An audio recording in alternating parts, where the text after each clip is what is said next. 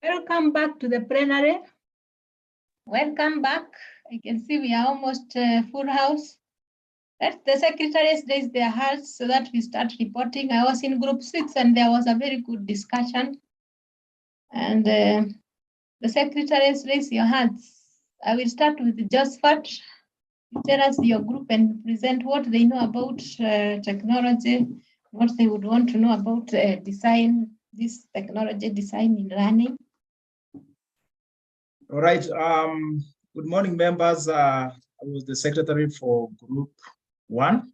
I'm Josephat Nyangatel. In the first column, technology makes learning enjoyable because learners interact with the gadgets, and also this one makes them to have a high retention rate. They use various senses when they are learning. And then there is easy to access to information. It makes learning easier when they are working with the gadgets, they interact with it, they also interact among themselves. Students also explore new subjects and also deepen their understanding of difficult concepts when they are using these gadgets. Somebody also said that technology brings innovation. When you use these gadgets, our learners become very innovative.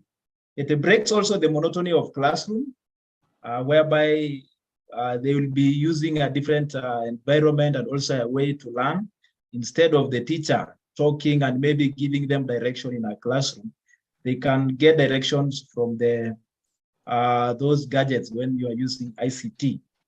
It also promotes creativity amongst the learners, instills critical thinking skills and also collaboration. You may find that the learners are working together, they are asking themselves questions, and this one brings a lot of collaboration. It also brings inclusivity for all learners. You may find that there are those learners who maybe when the teacher is teaching or maybe facilitating in the class, they cannot maybe get it very well. But when it comes to technology, you find that that's the time that they learn a lot. So somebody also said that technology can be used actually to maybe when it comes to analyzing the exams. Technology can be used to analyze the exams in a very speedy way. So what maybe we wanted to learn was that how can you make sure that all the learners benefit? Maybe when you have a large class and then you have maybe some few gadgets, how can you make sure that all the learners benefit? And then there is the issue of time. How can you manage time when using ICT? Because time is never enough when you are using technology. What are the types of technology maybe to use? Somebody asked that. And then how can a teacher design technology for all the subjects? Because sometimes when it comes to other subjects, you may find that it is somehow difficult. So, and which are the kind of the gadgets that are ideal for ICT? And finally, how can you protect the learners from harmful content or maybe the harmful material from the internet when you are using technology? So in the last column, that is what we have learned. Maybe we gave some points there, although we have not gone through it. So technology makes learning easy. For example, right now we are using Zoom, whereby everybody can access the information. And then it is cost effective. For instance, right now we are studying TPD. So there is no transport cost because right now everybody is in class. Maybe if there was no technology, we could have gone somewhere, we could have spent a lot buying food and so on, a lot of expenses. You can learn anywhere as long as you have internet or maybe the right gadget to use. So those were our points. Thank you.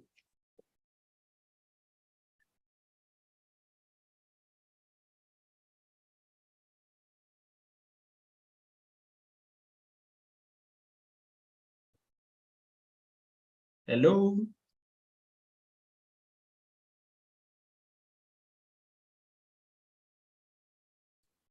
Thank you, Josephat. Madam Rebecca.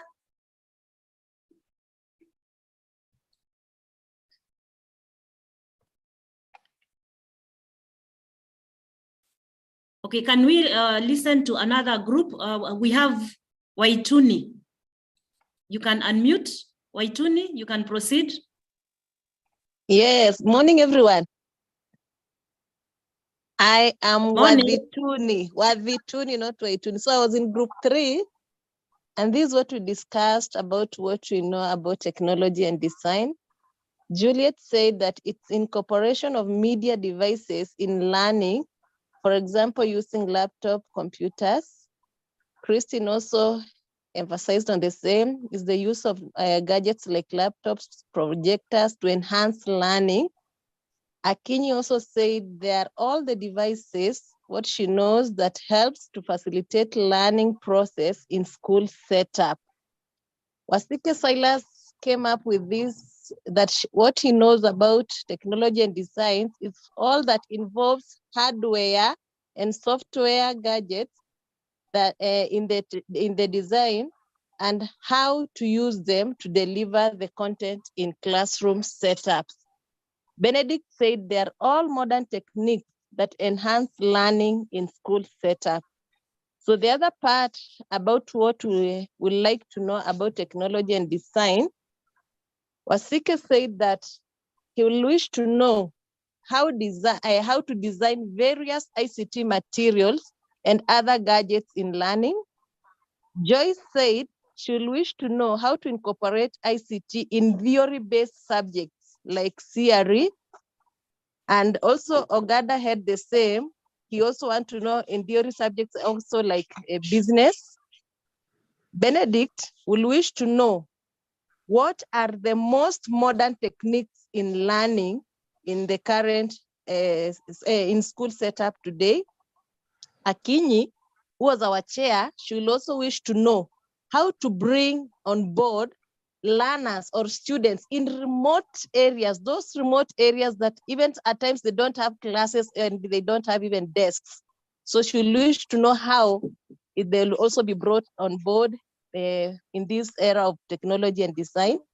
Catherine will wish to know how to integrate ICT also in theory-based subjects, and also she will also wish to know how to integrate it in business, where is her area.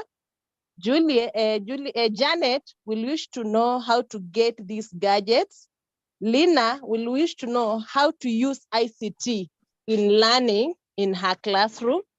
Mtuku will wish to know what will happen to learners who cannot access network, since ICT is to be incorporated in learning. So how will they be able to incorporate and yet it cannot even access network?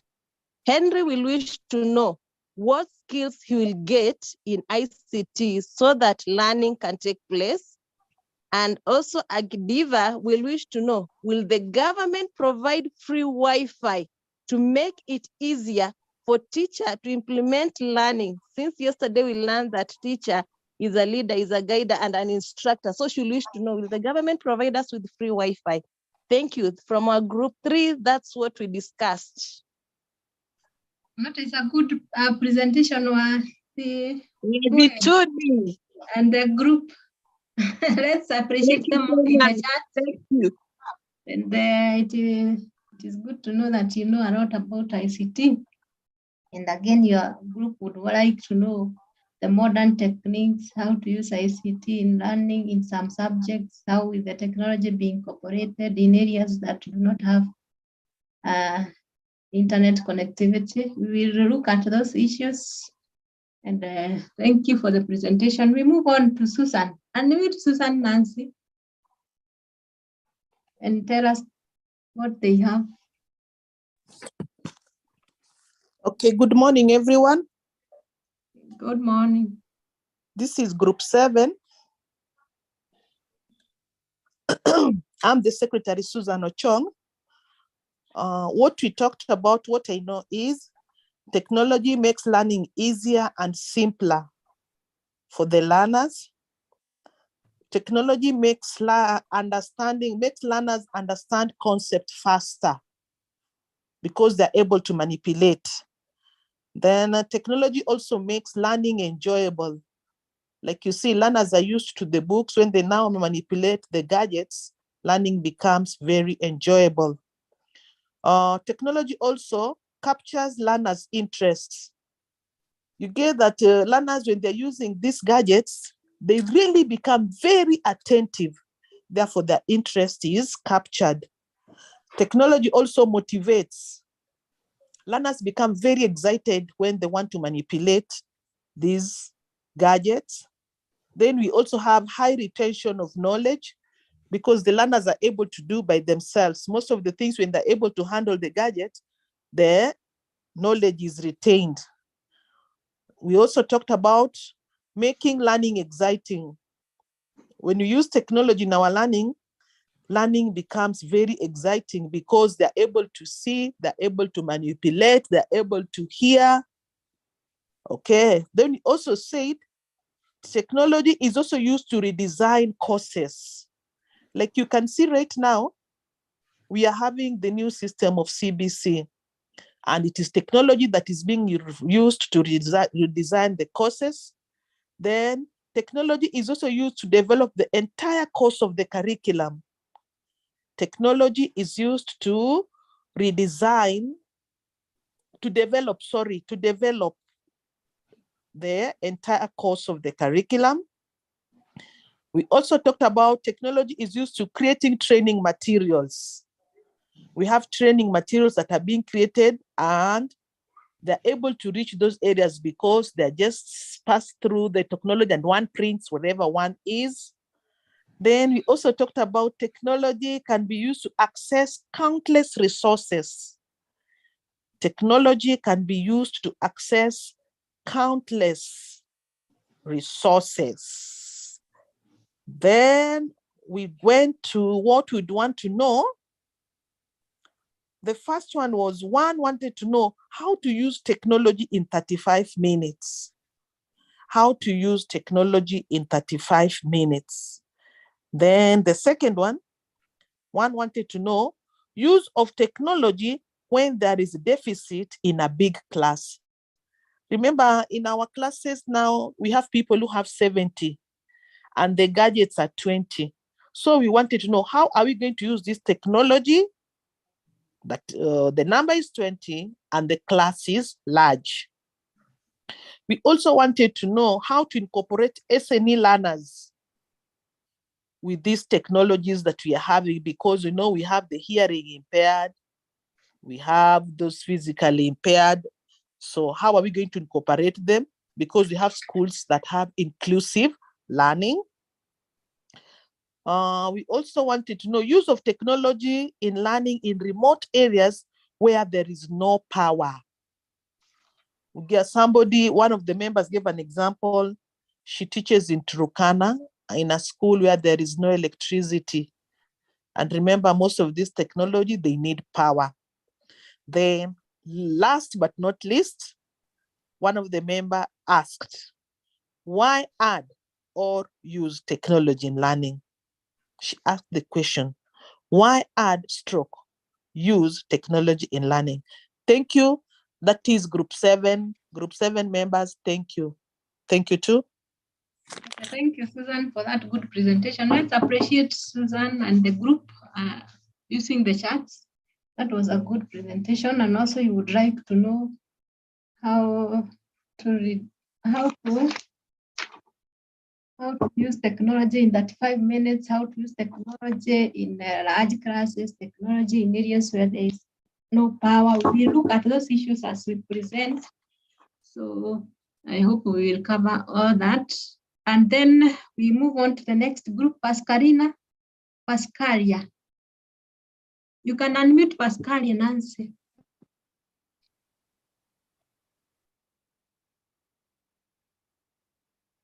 Hello. She's muted, yes. Yes, thank you for giving me this opportunity. I'm Pascalia, Group Secretary for Group 8. Actually, most of my colleagues have talked much about what we said, but there is no harm repeating. What we know about technology as members of Group 8, the members said that technology motivates the learners, thus making learning enjoyable. Another member said that it helps the teacher to get a source of information before going to teach. 3, we said that it makes learning real, that the learners view the things that the teacher is talking about as learning continues. It makes learning interesting. And then we also said that it brings learning to the comfort of our rooms. For example, what we are doing right now, that learning can take place anywhere and anytime.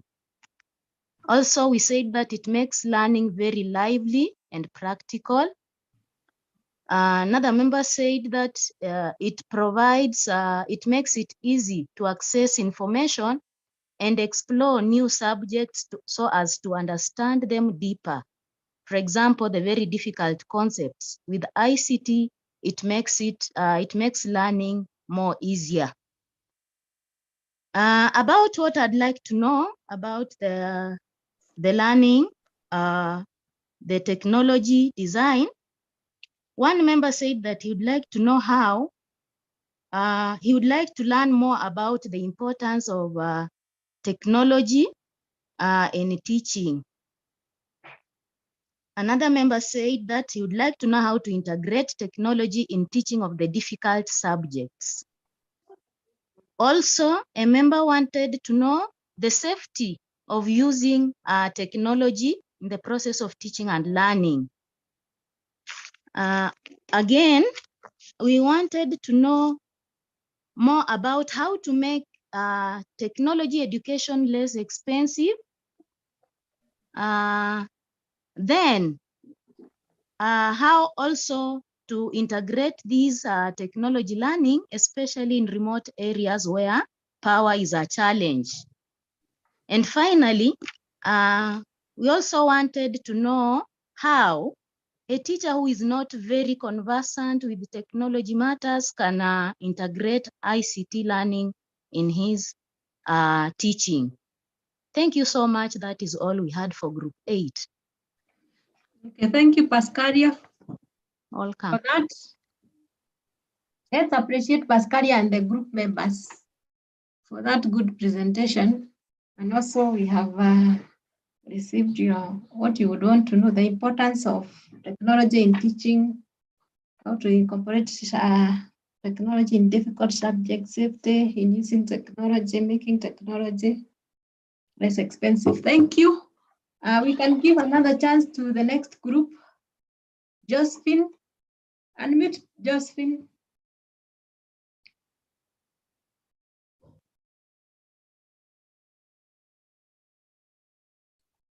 Josephine, unmute Josephine.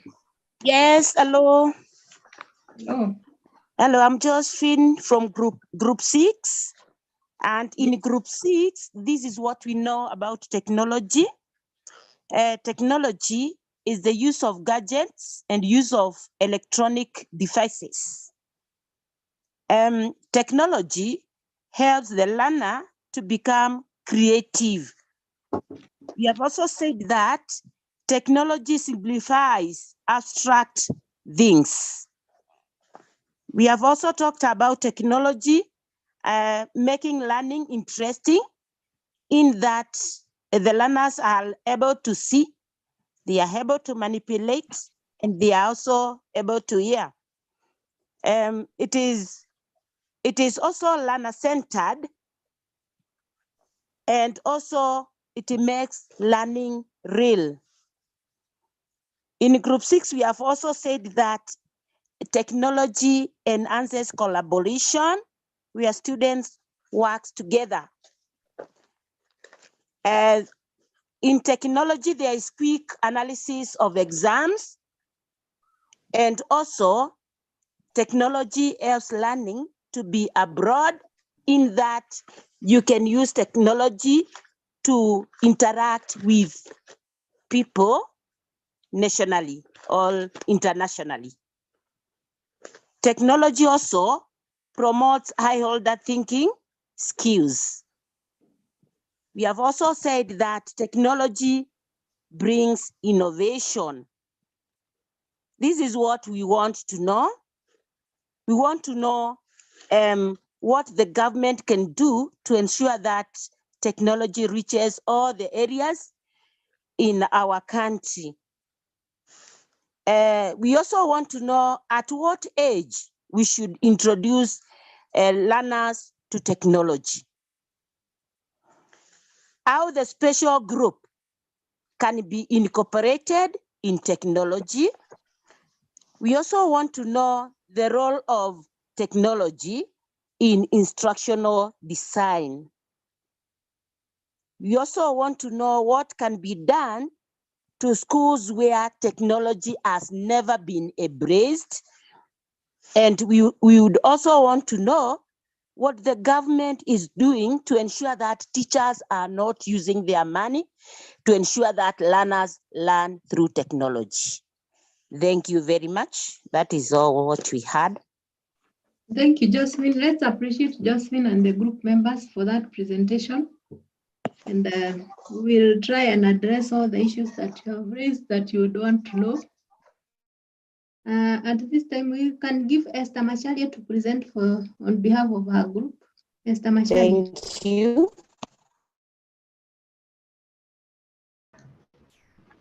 Yeah, good morning. Good morning. Good morning. Morning. Okay, most of the, yes, we were in group 4. I'm studying in for group 4.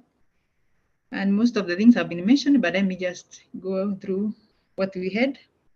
What I know, members say that they know that they need gadgets, they need electricity, they need the space where to do the demonstration.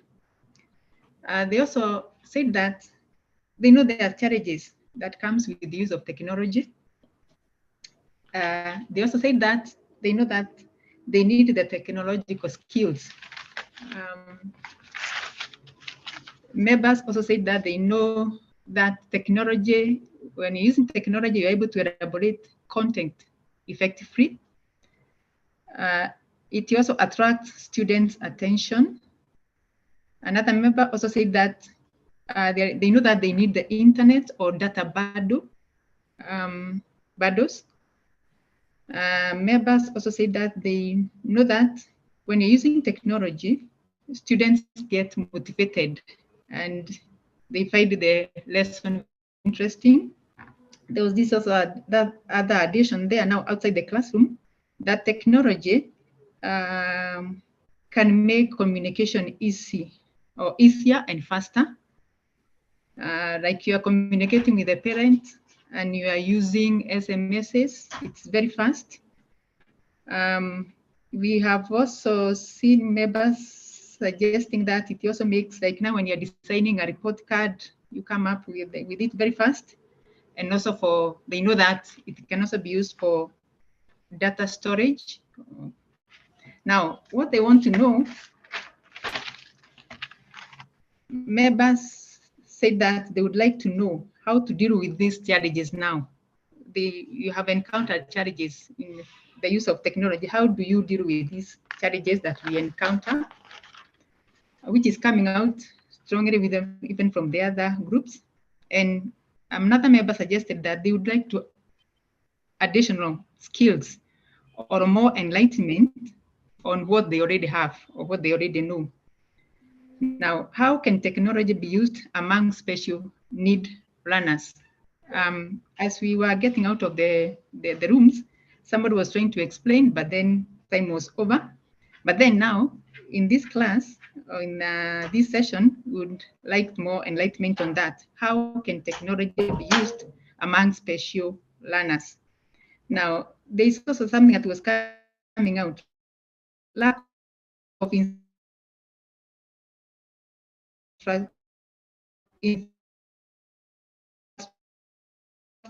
and done in some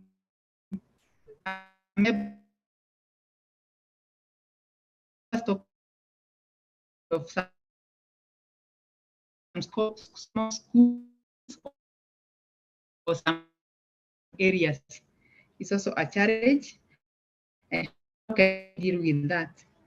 Now, another member other than the usual ones, like we know we can recorded videos now. Then there was something else that came without conflicting with some of the policies use their smartphones, and yet some policies in schools is that learners are not supposed to be to bring smartphone to school. Then how can we do this without conflicting, at the same time protecting the learners from harmful information from these smartphones or from the from the internet?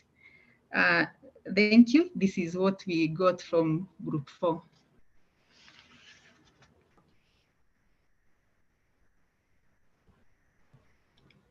Thank you, Esther, although you are breaking.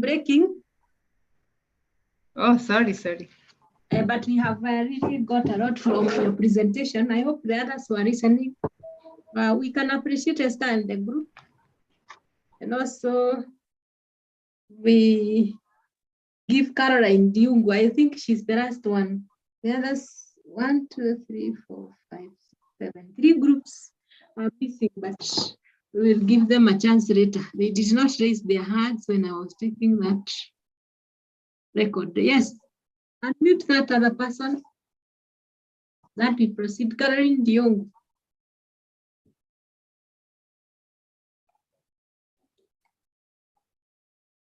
She can unmute.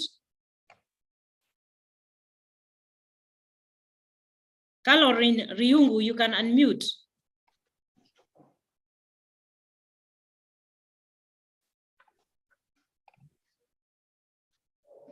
You've given her a chance. Yeah.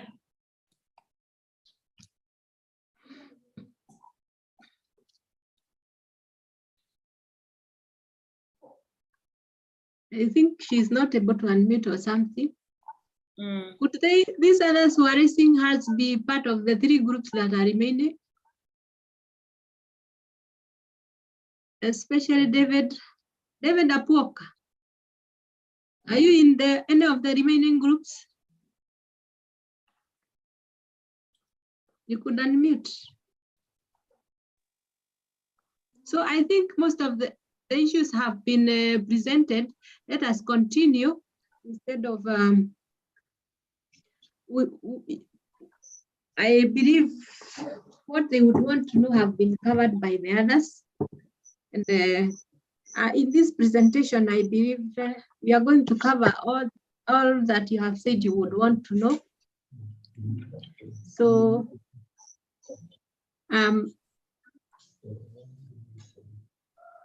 I want us to proceed.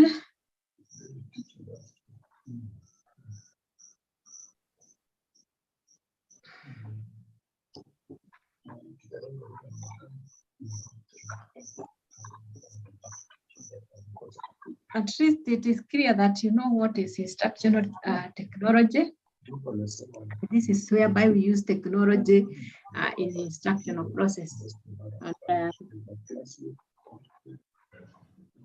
this is done so as to enhance teaching and learning. So the reason why we use technology in teaching and learning is so that we enable the learners to acquire or to even be able to understand better what we have, what we are teaching, just like some of you have mentioned in your presentation.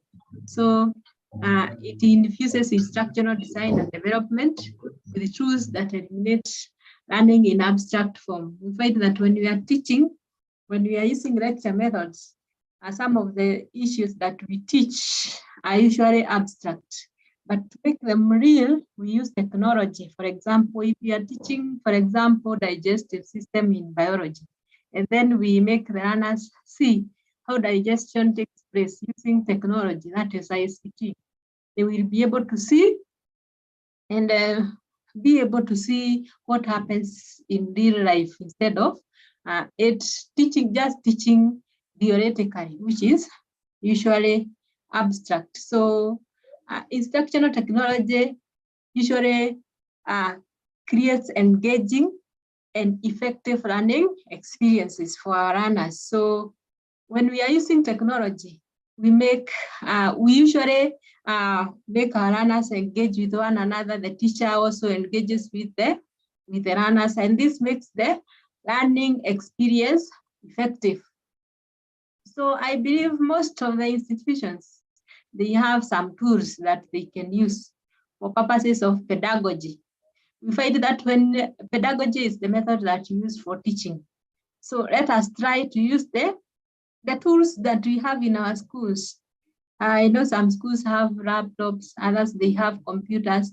Let us try and use these tools to teach our learners. And by this way, we will be making the teaching and learning lively, and it will also make the learning experience effective. So again, when we use technology, we motivate our learners. The learners become motivated. You find them getting interested. They are not bored by our lectures. Every now and then lecturing, using our notes that we have been using now and then, and they have even turned yellow. So when we try and utilize technology in our instructions, we find that our learners will be engaged. And then we will have some time to renew or to update our notes. So instructional technology can be either software or it can be hardware, which is used to facilitate learning. And this helps in improving performance. So the main purpose of instructional technology is to provide a solution to instructional problems that we have, and therefore make instructional effective and also efficient, as some of you have mentioned in your presentation. So you will realize that most of the things that I will cover have already been done. So I will just be recapping. So at least that presentation that we have had in the beginning was very enriching. And again, here we have a YouTube that I want you to watch. We will be assisted by Aquila, who is our ICT person, to watch it.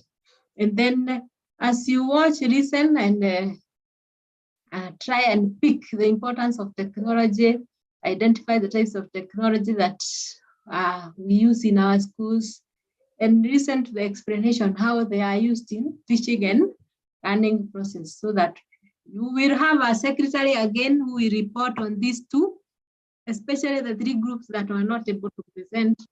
We will give you the first priority. So when we come back, you first of all listen to the YouTube, then we get to our groups, we go discuss. Today we don't have a lot, we are looking at technology today. So thank you, welcome, Aquila.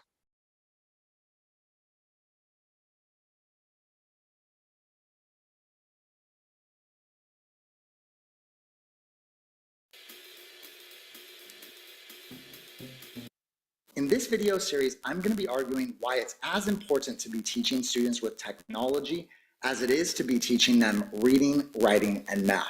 The society we live in now is infused with technology, and the society our students will live in the future will be even more infused with technology in ways we cannot even predict. We can't put the toothpaste back in the tube. Technology is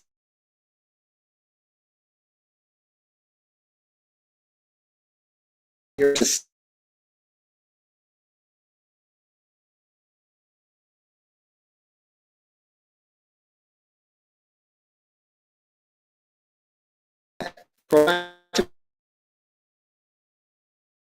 The video is breaking. teaching students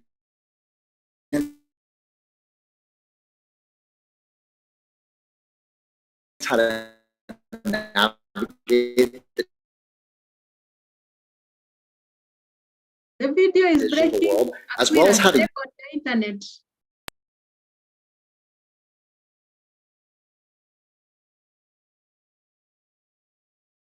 Or is it Nancy? Nancy, are you the one playing the video? No, it's Aquila. Okay, let him try again.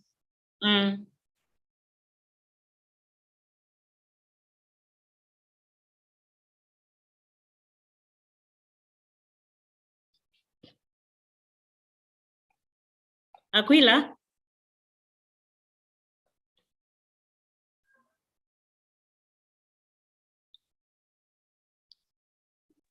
Yes, yes. You can proceed with the video. Yeah, I'm proceeding. Okay. Yeah.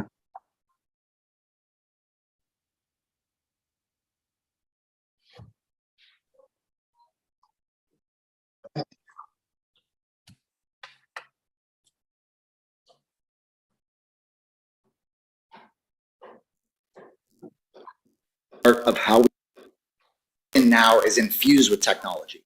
And the society our students will live in the future will be even more infused with technology in ways we cannot even predict. We can't put the toothpaste back in the tube. Technology is here to stay.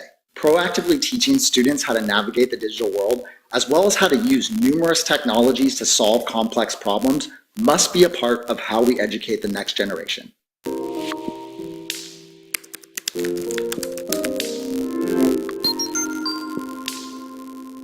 My name is Sam Carey. I've been an educator for the last 10 years, and this is my YouTube channel for the new EdTech Classroom. In this video, I'm going to present 10 arguments for why technology is a vital part of education. In future videos, I will explore each of these 10 arguments in greater depth. The first argument is that it is our job as educators to prepare students to become citizens of the societies we live in. One of our primary roles as educators is to provide students with the tools they need to navigate our complex world and to make informed decisions as members of our democracy.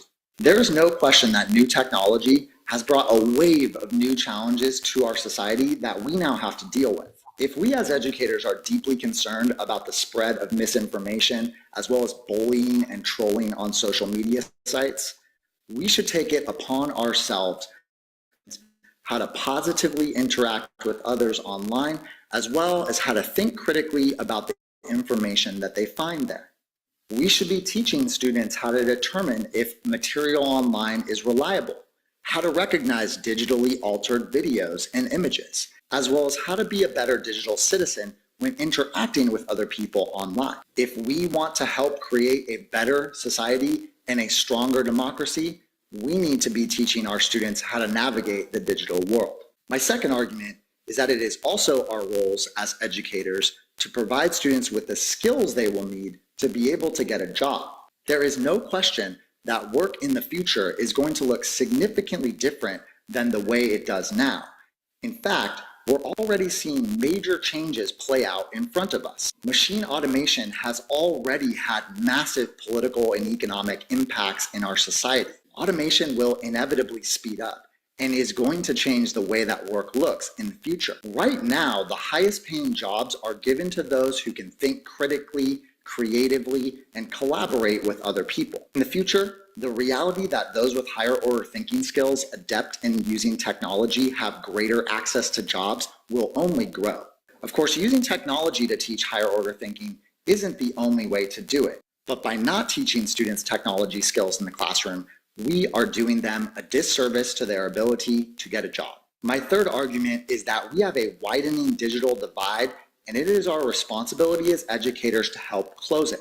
When educators talk about the achievement gap, they're often talking about fundamental skills in math and reading. What we don't hear about nearly as often, however, is the gap in both access to technology as well as technological skills across racial and socioeconomic groups. I've heard of some schools in affluent districts going tech-free, but I absolutely guarantee that students that attend those schools go home and have access to the newest technologies. For many students, public schools might be the only place where they have regular access to a device, to Wi-Fi, as well as to the opportunity to develop skills using technology that they'll need for a job. By not providing students with the same access to technology in the way we at least try to do with reading and math, we are inadvertently perpetuating a growing digital divide in our society. My fourth argument for why we all need to be using technology in education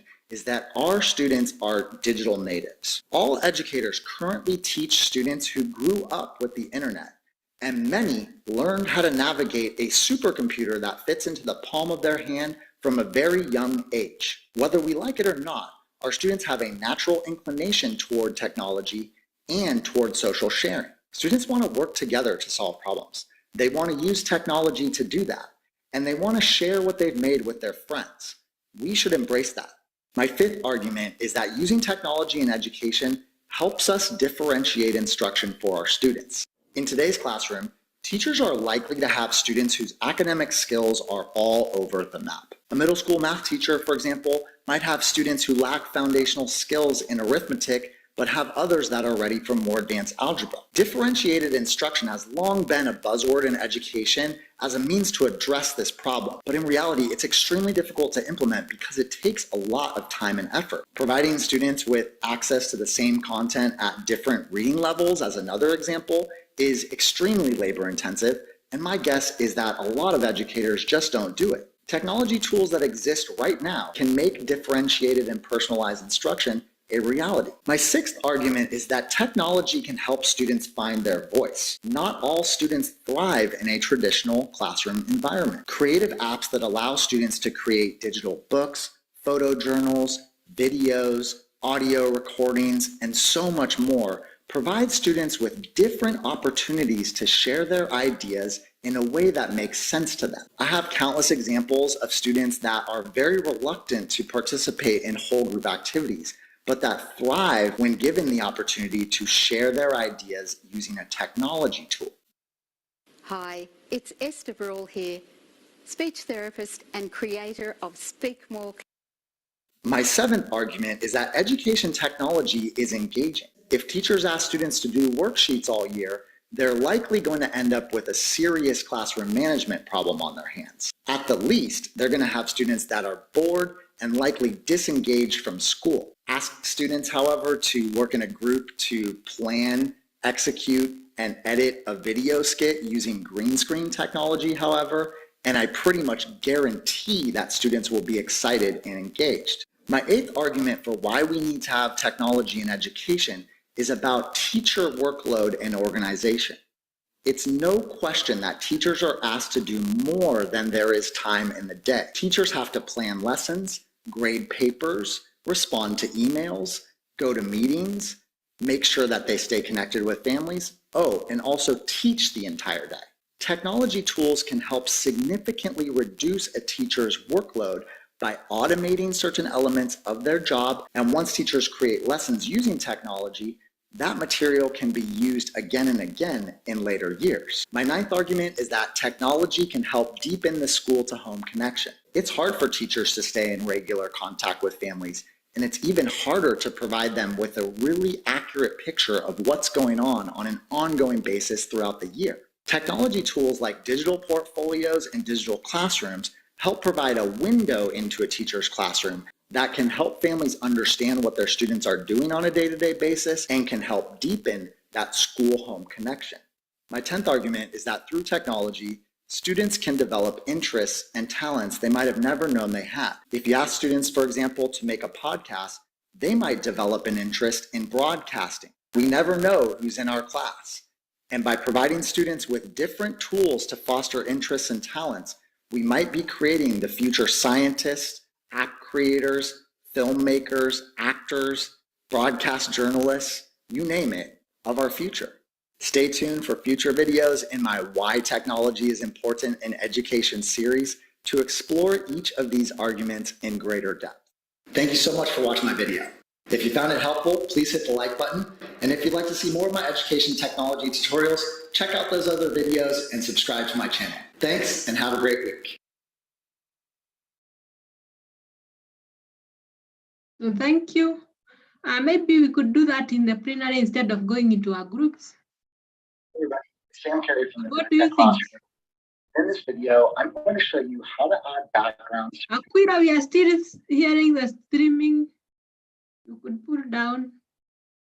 Or I think the best thing is you put them back into the groups they discuss. Aquila. Okay. Yes, let them discuss in those groups. You discuss those questions and the secretary to report. I think that is a better method. Give them 10 minutes.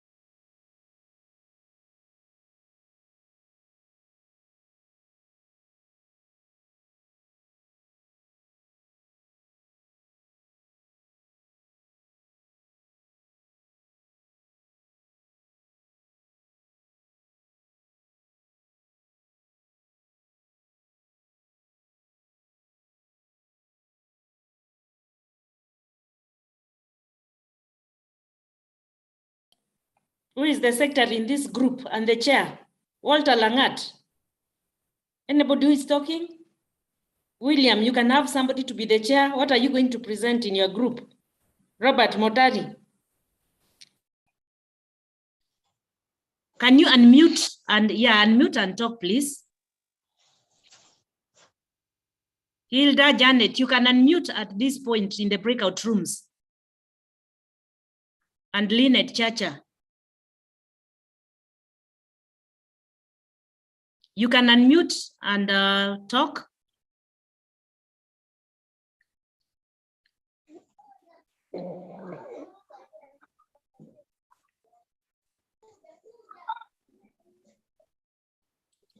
Hello, good morning. Good morning. The group members, I might not be aware of what we are discussing. May somebody elaborate to me?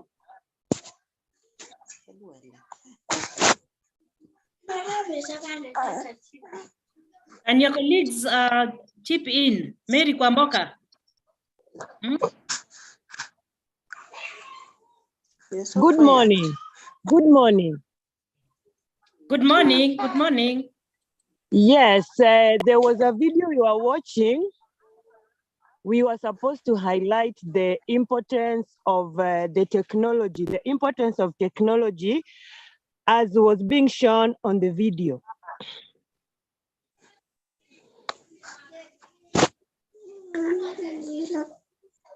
Hello. I'm listening. The rest are not talking. I don't know what's the problem. Yes, there were 10 points that were highlighted. Maybe we can look at those points.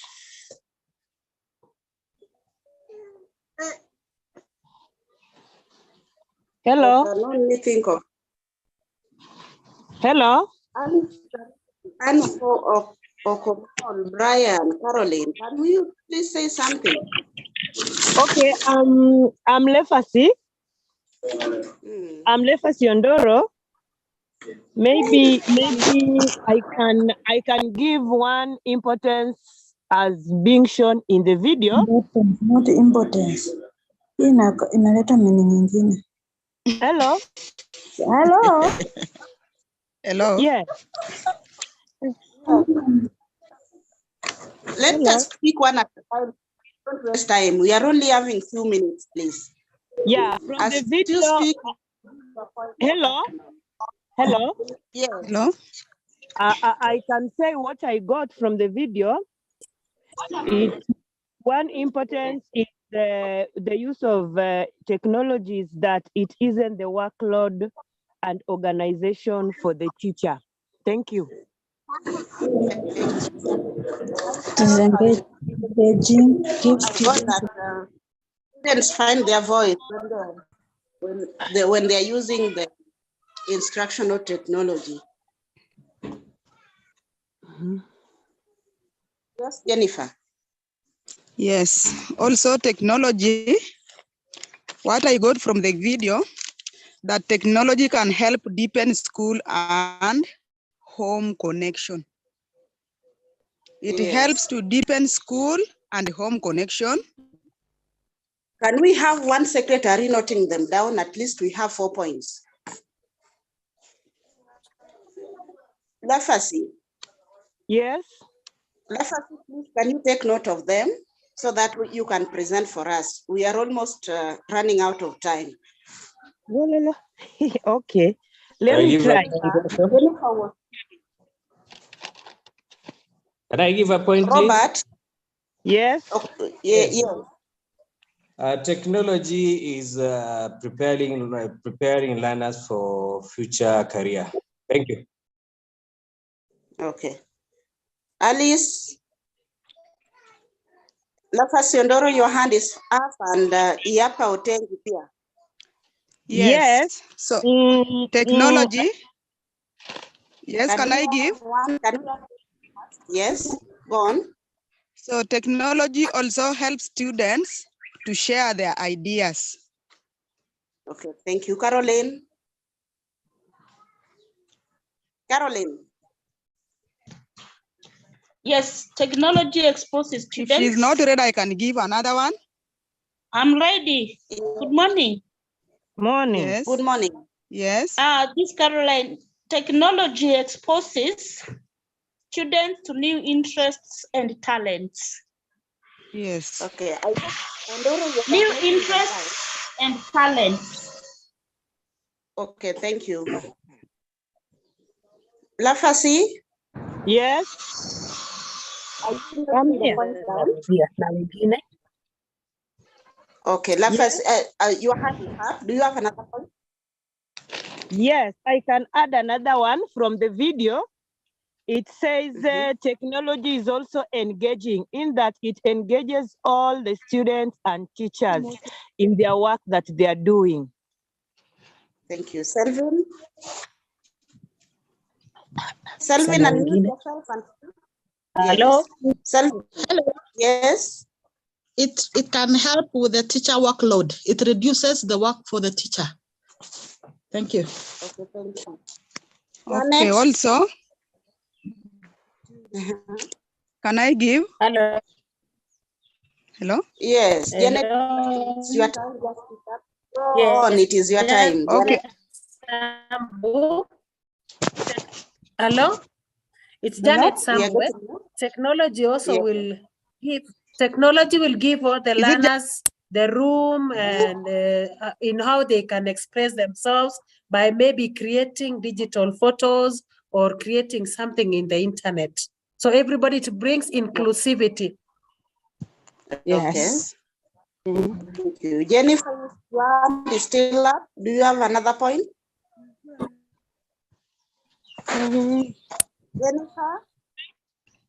Yes. Also, it can help students to find their voice.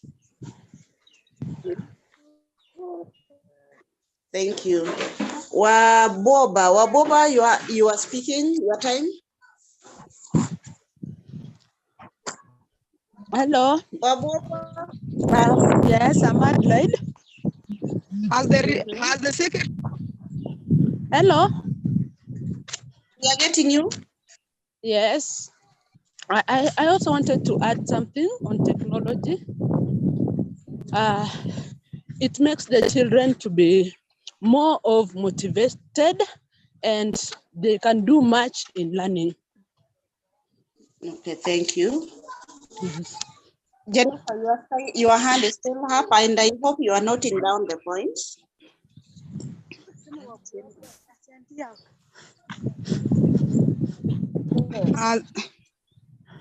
I wanted to find out if the secretary has noted out that one of deepening school and home connection.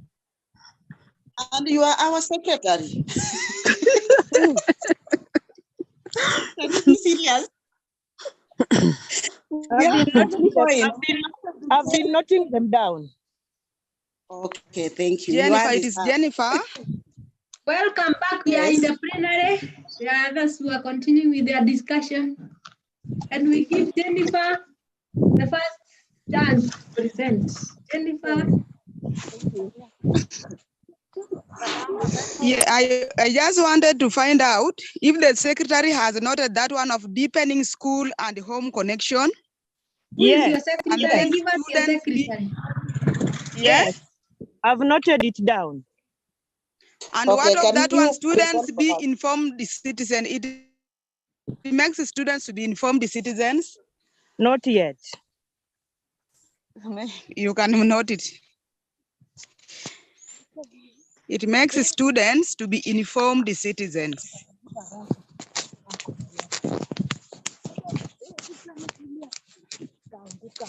Nancy. Yes, Rebecca. We are back to the plenary. Yeah, we are. And I can see that the people are still in the crowd, but they will find us. You can mute the others so that we start. Who is starting off? Jessica, you can mute all of them and then you start unmuting. So we give Jessica to talk? Jennifer. Jennifer. Is it Jennifer or Jessica? Jessica. Jessica. Nariaka. You can unmute.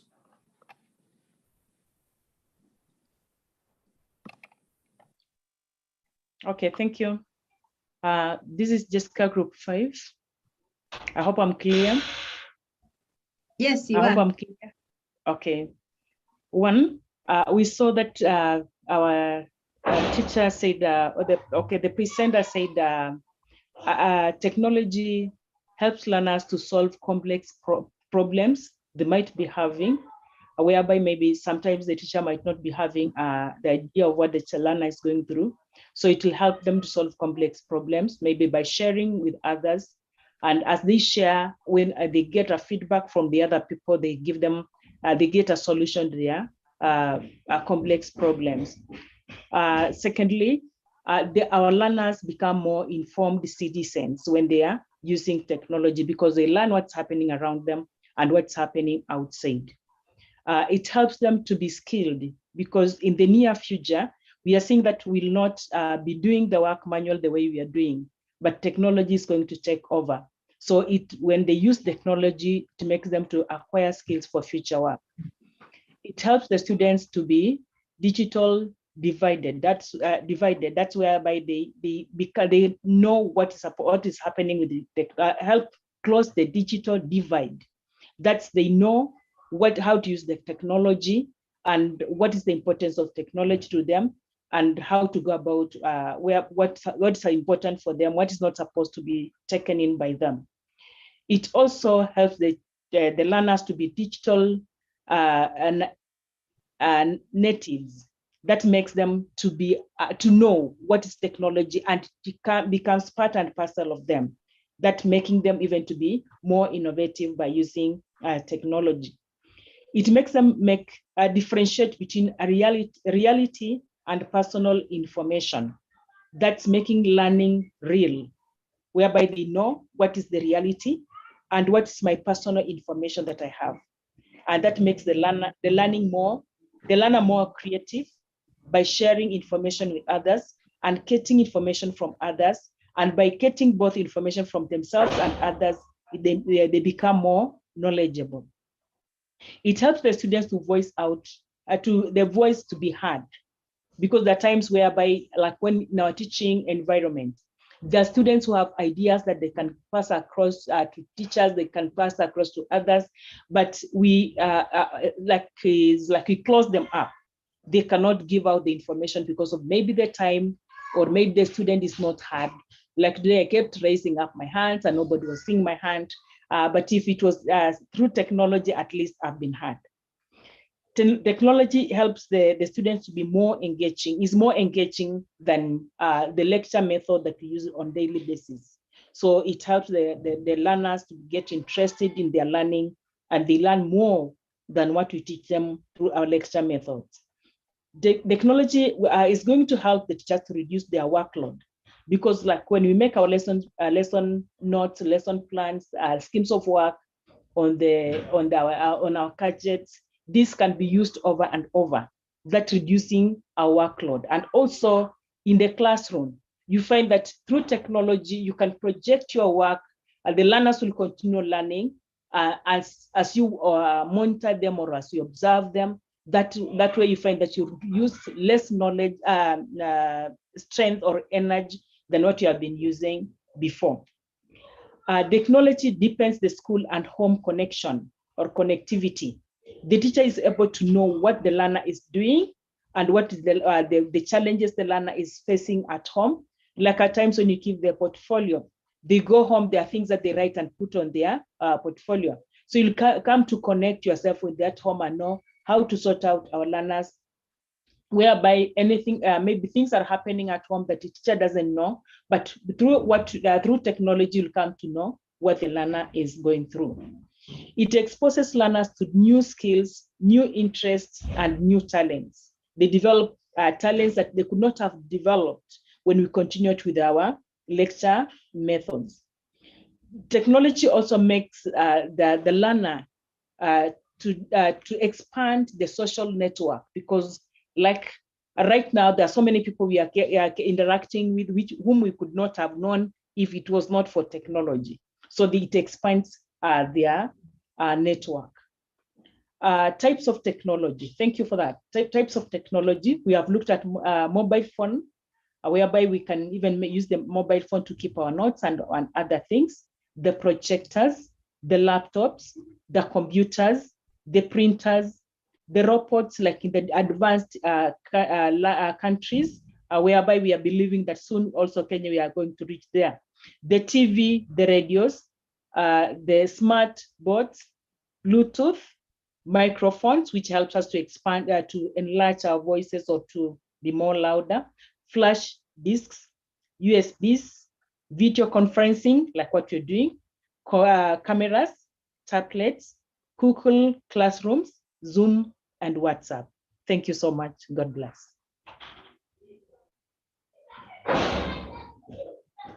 That's what I had. I hope I've been heard. You've been heard, Naliaka. Yes. You for that.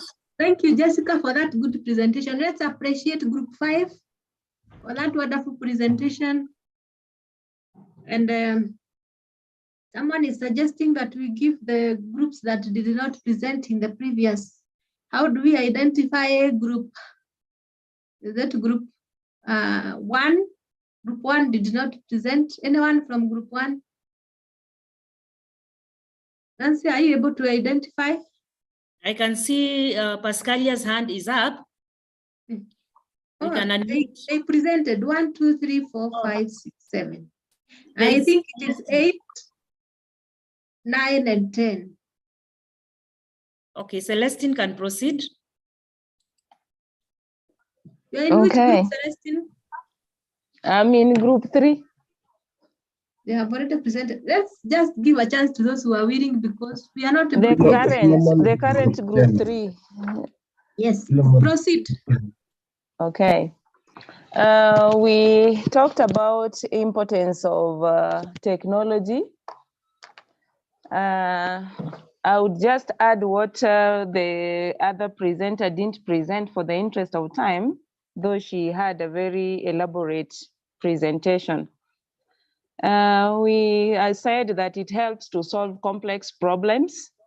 You find that at times you may be unable to reach all the students, and when you expose them to internet, they are going to peruse after you, and it will help solve that difference in the ability now that we even have time takers. Then it also helps learners develop skills as they use technology.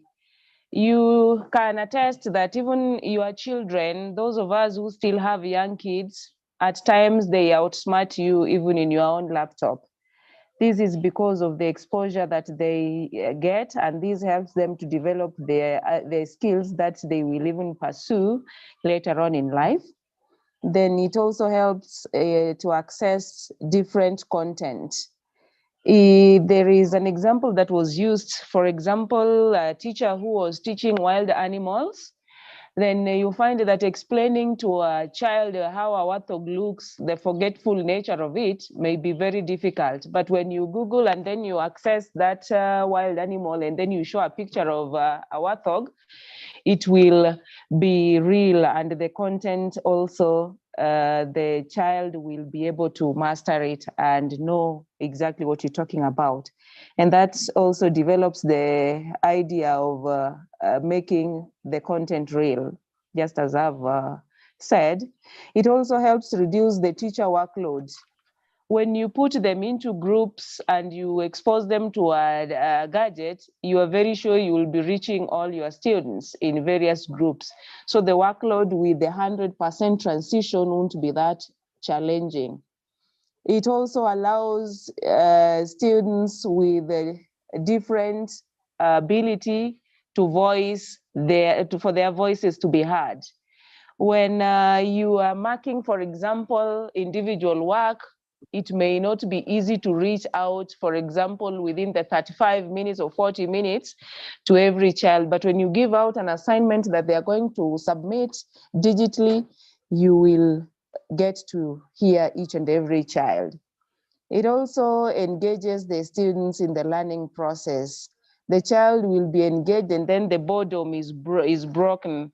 For example, if you are teaching, maybe you give a comment that is going to be so much destructive to a child, but you see, when now you give them, they interact, they will be engaged throughout the session and they will not switch off because of maybe the words that have been uttered, or just having the sight of you doing it every now and then. We also said that it also exposed the students to new interests and talents. When a child realizes that he can be the very first one to get a content from the digital platforms, that child will be motivated to realize the new interest and the talent that she has, and that will create job in the future. It also prepares them to be competent citizens. It also helps them get the skills that is going to help them secure the job in future. And so if we don't expose them to digital technology, then we'll be disadvantaging them in their near future. We also say that they are also digital natives. So when you check around us, we'll appreciate that our children, or the children that we are teaching, are natives of the digital platforms. They can operate TV, change channels, and operate with the remote to even time when they should be moving to the next channel. Now, that is as far as importance. Allow me to move to the types of technology that we can use. The first one, we can use projector to show the video clips during learning. We can also use desktop or computers. We can use digital cameras to show maybe a recording that you did in the course of the day or in your preparation stages. We can use radios and tablets when teaching music. If you have a music that you want them to at least ape, you play it through the radio, or even you enrich their tablets. Now, the ones that they were given or the ones that they are going to be given. You can also use calculators in mathematics to make calculations very easy. We can also use television. You remember very well that during Corona period, the learning was taking place through the TV, and we had even Edu channel. You can use Zoom, which we are now using to learn. Then we also have other digital platforms such as internet, printer, Wi-Fi, that help us in uploading and downloading. E.g., it was used extensively in NEC assessment, and I believe going forward, we are going to use them. And so allow me to rest my case there, and that is group 3. Thank you.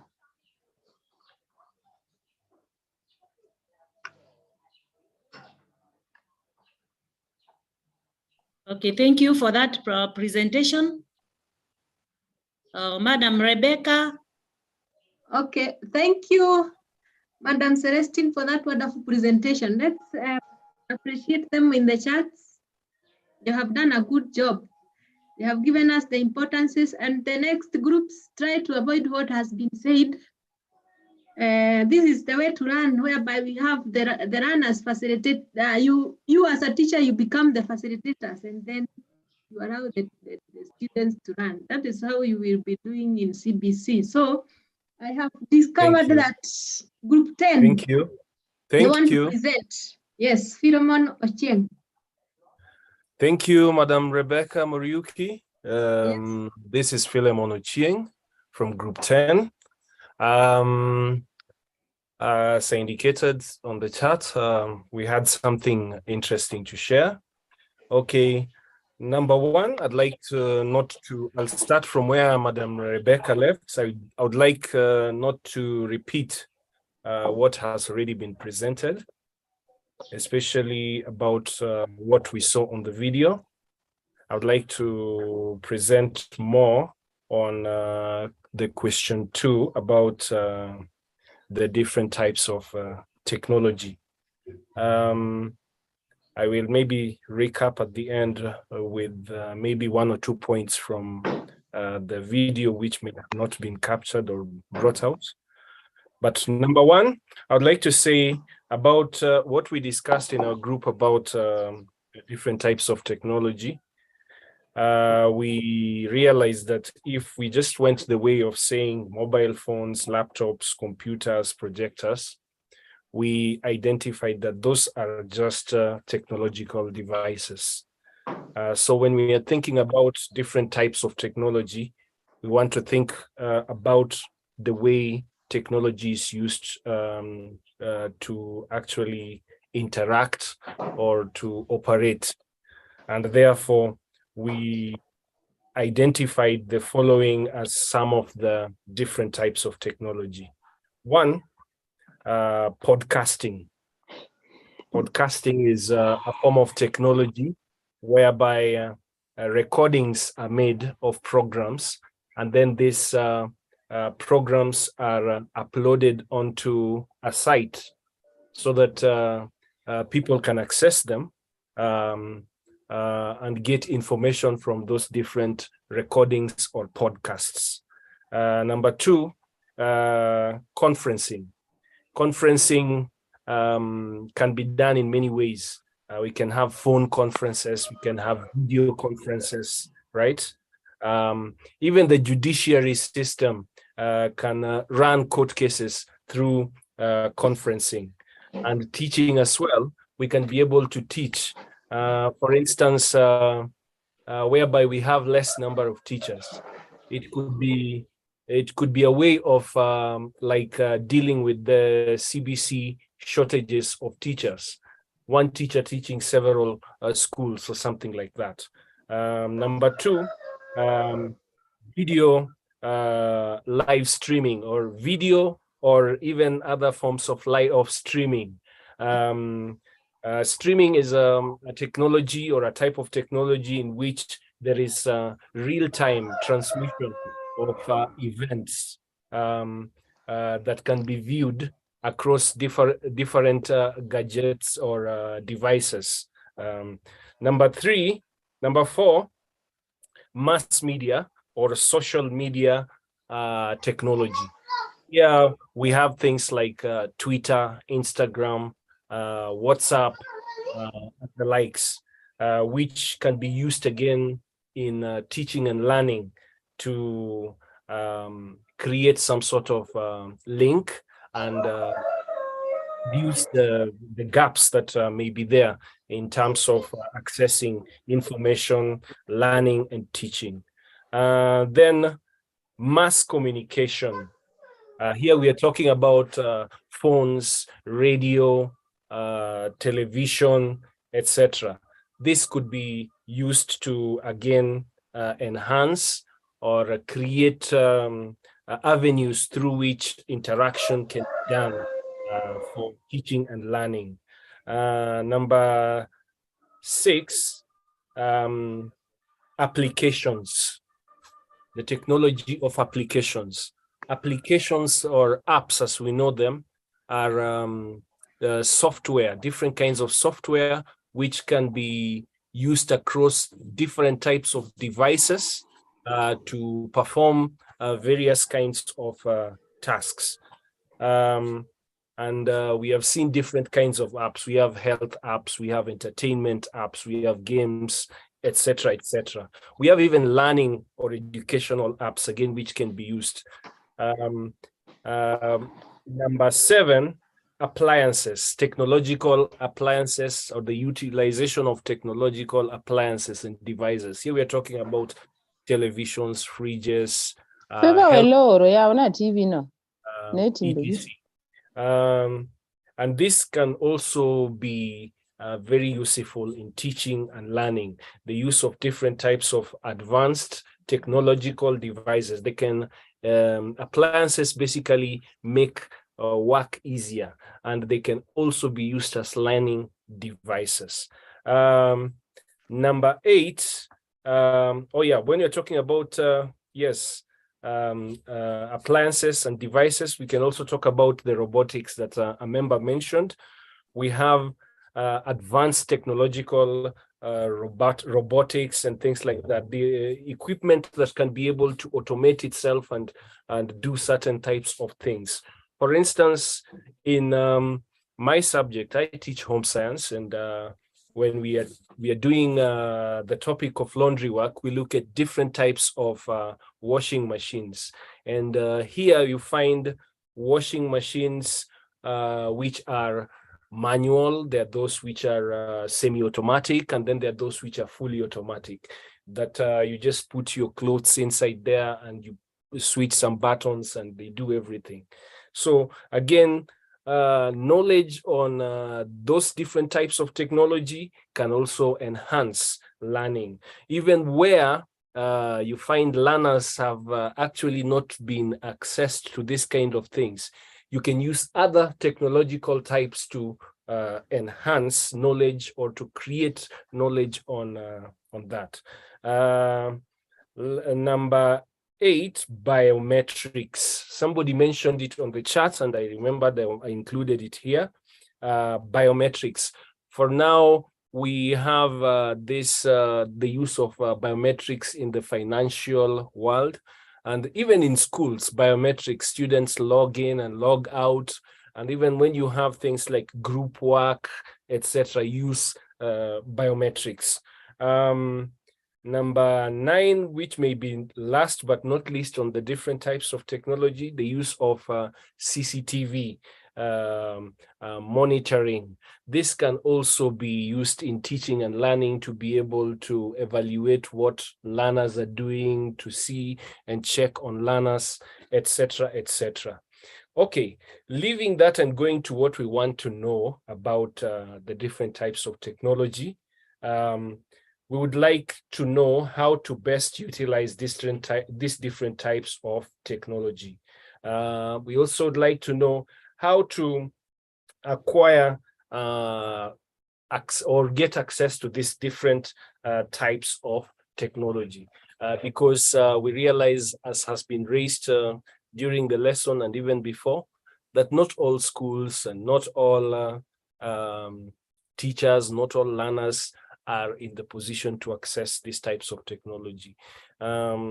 Sometimes the limitation of technology would be that you'll be able to, like, for example, the monitoring on TV and all that, you'd be able to see, but you may not be able to touch. So some of these things, how do we be able to bridge the divide, get students to be able to access the real items that they are seeing? Is it possible to have the government come in to sponsor maybe things like tours, so that students can really get to maybe even go on tours and see the devices? Some of these devices and some of these things like Wi-Fi and all that, they're in big towns like Nairobi, etc. So how does the government, the ministry, and the stakeholders come in to ensure that there is enhancement of learning in real time as well? Okay, last but not least, I'd like to point out maybe one or two things that was mentioned about what we saw on the video. That was said by the teacher on that video, that teaching with technology, or rather ICT, teaching with ICT helps the teacher and the learners to navigate complex problems that are there in society. We are living in the 21st century, and we have new problems, not the traditional ones, and we need to be able to solve these problems using 21st century tools. So this is what he was trying to also bring out, and I can point out that.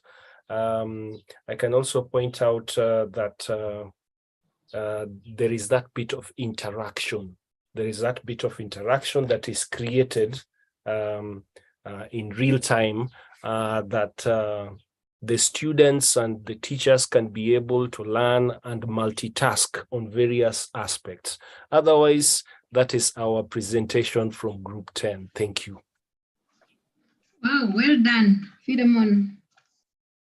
Thank you for that good presentation, Group 10. Let's appreciate them. I can see people started appreciating you even before you finished. And at least it was good to hear from you. You have given very good insights, comprehensive presentation, and you must be a great teacher. And others are suggesting you become part of us.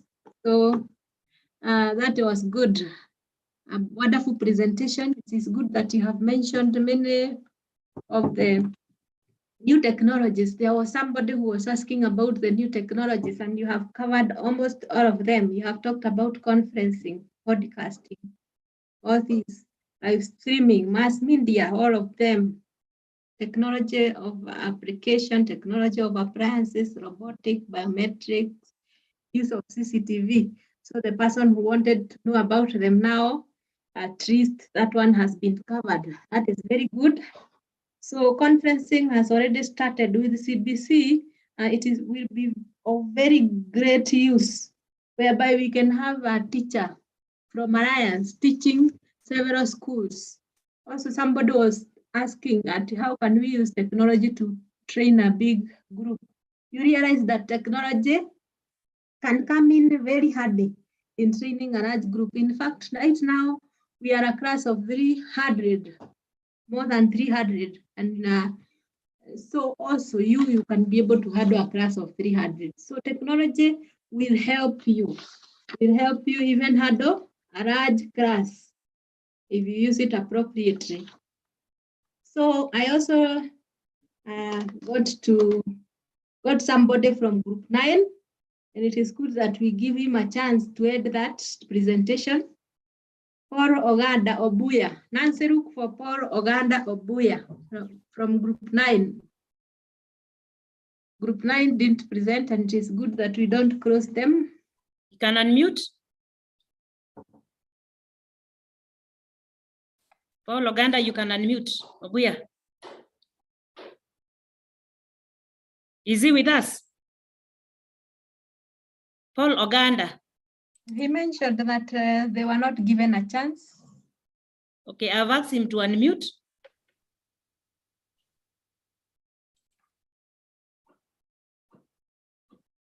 So at least now, Group 9, you will not say that we have crossed you out.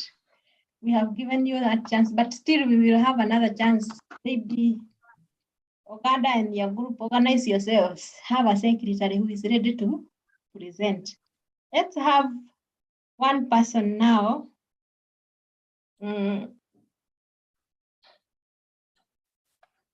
Lefasi can present so that we move on. Lynette is raising her hand for Group 9. Oh. Lynette. Yes. Unmute yourself, Lynette. Good morning once again. Good morning. Hello.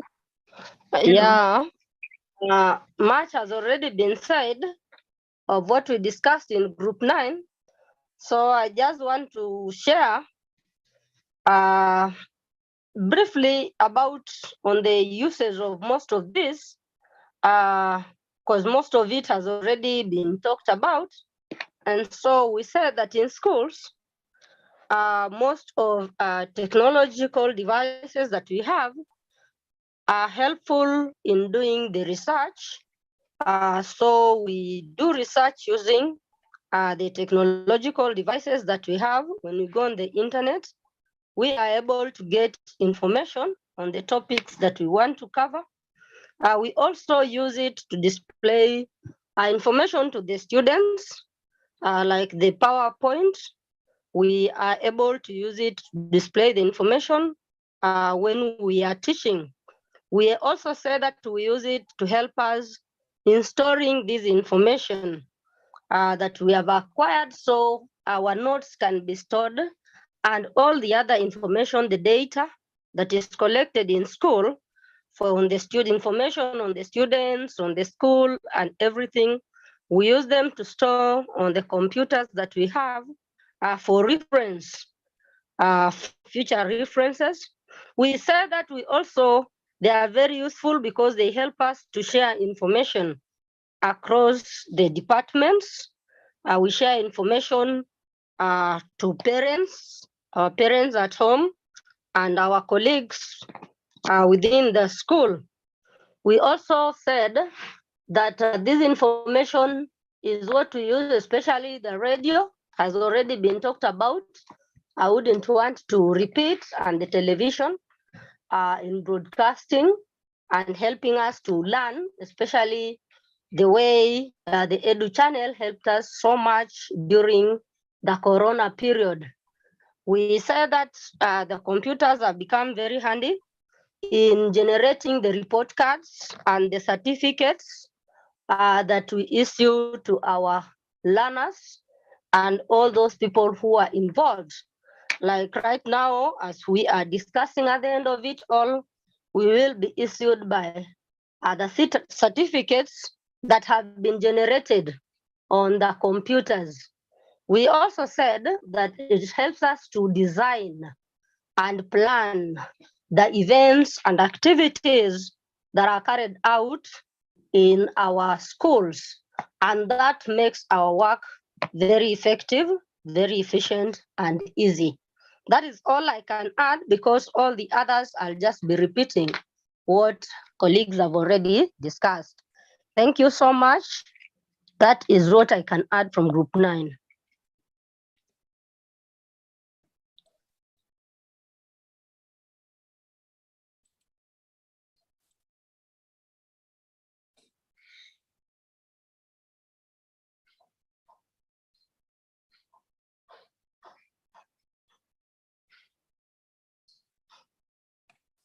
Okay, thank you, Lynette, for that presentation and your group.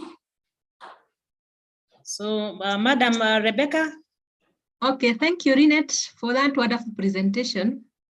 Let's appreciate them using the charts. It is good that we have generated a discussion from this video, and we were able to have a good discussion. So what I will do is just to recap what you have given, maybe what you did not talk about. Some of the benefits of instructional technology is that they are learner-centered. They are learner-centered. So you focus on what the learners want to learn. They are learner-centered instead of using, for example, lecture method, which is teacher-centered. You teach what you want the learners to learn. You teach what the learners, you give the learners technology so that they're able to learn what they want to learn, but you guide the students.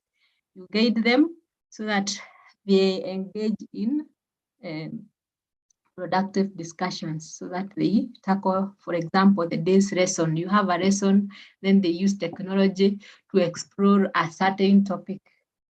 Again, another benefit of instructional technology is that it helps them to access resources, education resources. So this technology provides the teachers and also the students access variety of educational resources. As one of you said, that you can be able to carry out research using technology. As you carry out technology, you are able to access a lot of resources. And this makes you to be creative. You become a critical thinker. Also, as they engage using this technology, as even the teachers and the learners engage using this technology, it enhances communication and also collaboration. Find that the learners and the teachers will be communicating and even collaborating, trying to know how this gadget will be used to be able to get whatever materials that they require.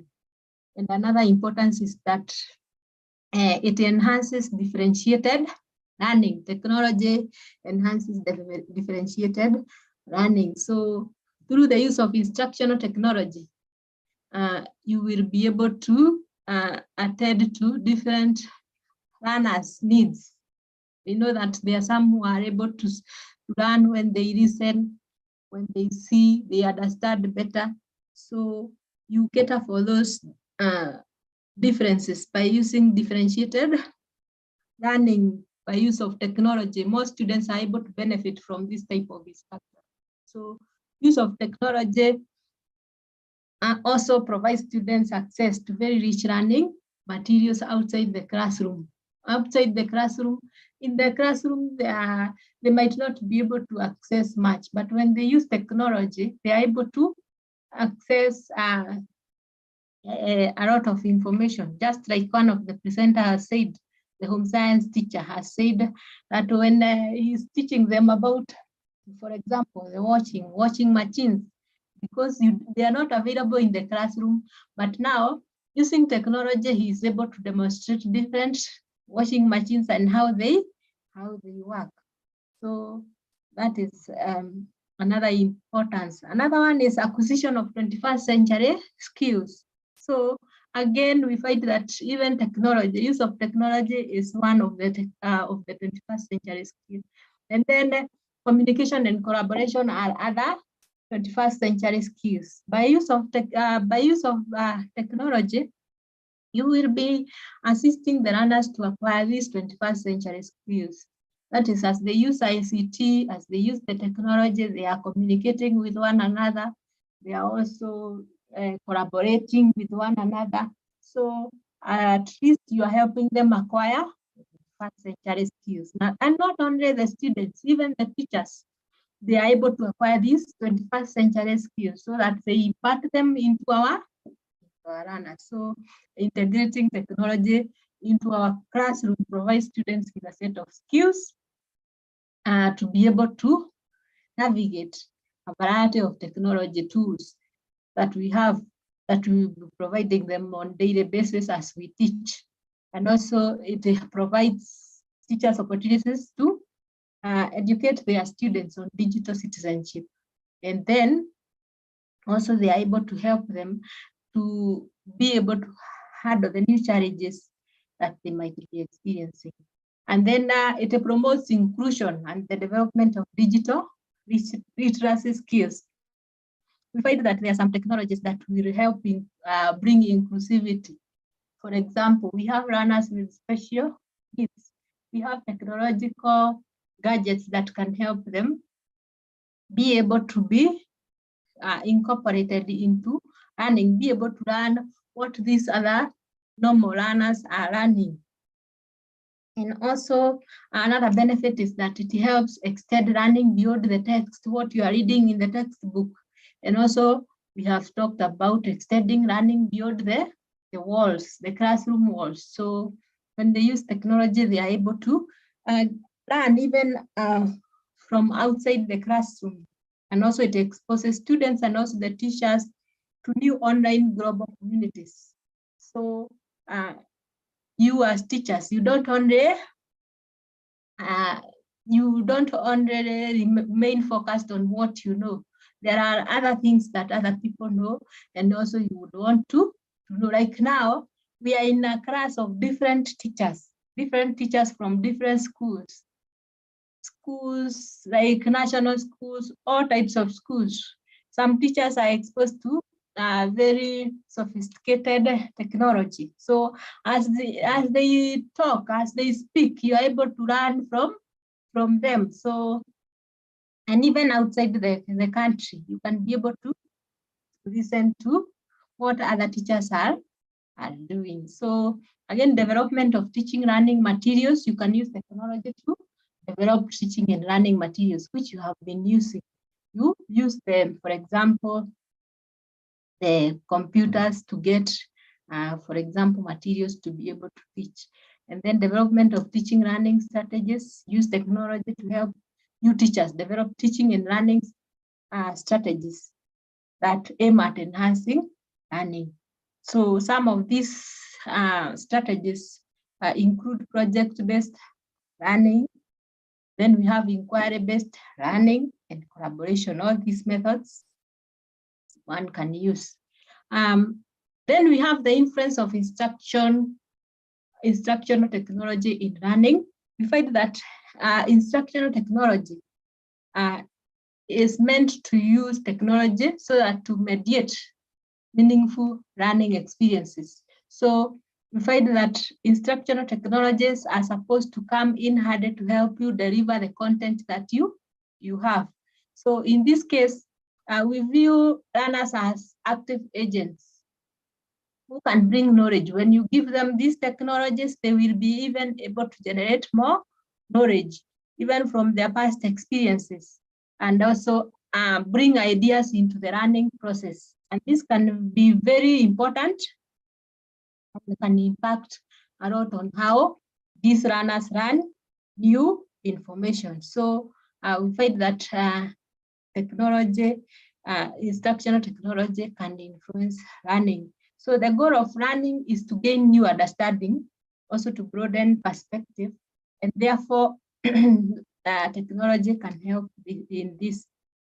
So in this case, the facilitator, you as a teacher now, you will become a facilitator and you will facilitate instructions. You will be guiding the learners and helping them to learn using those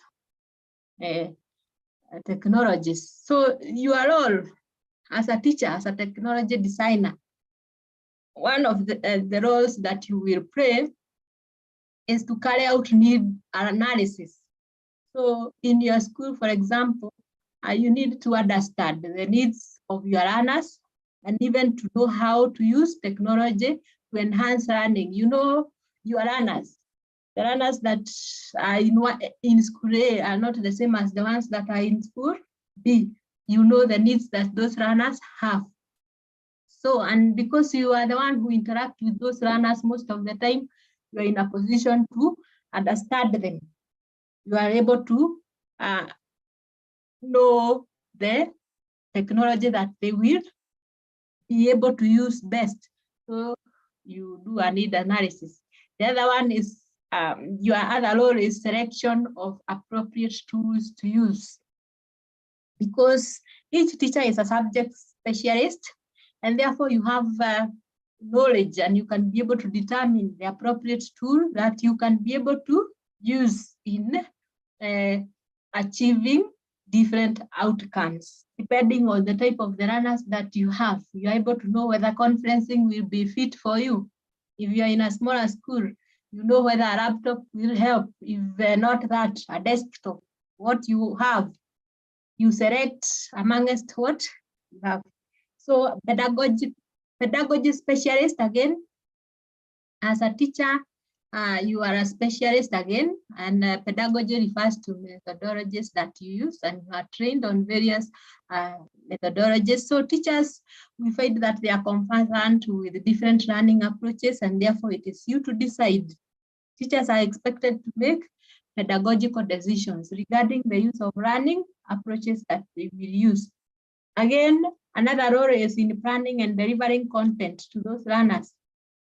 We find that you are the key person in helping those learners access the technologies that will help them learn a particular topic. So you need to also develop yourself,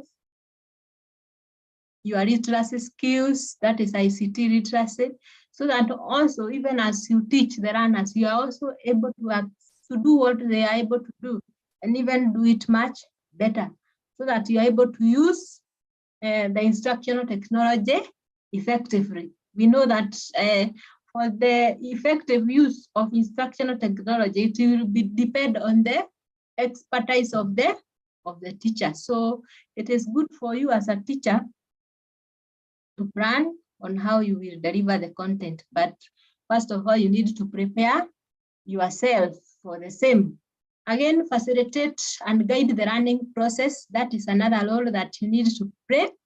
The main task of a teacher is to enable the learners to learn with technology. So you just don't provide them with technology, assist them to be able to use the technology. Provide them with the clear objectives of what you want them to accomplish at the end of the lesson, so that you are able to assess, did this technology assist the learners achieve what you wanted?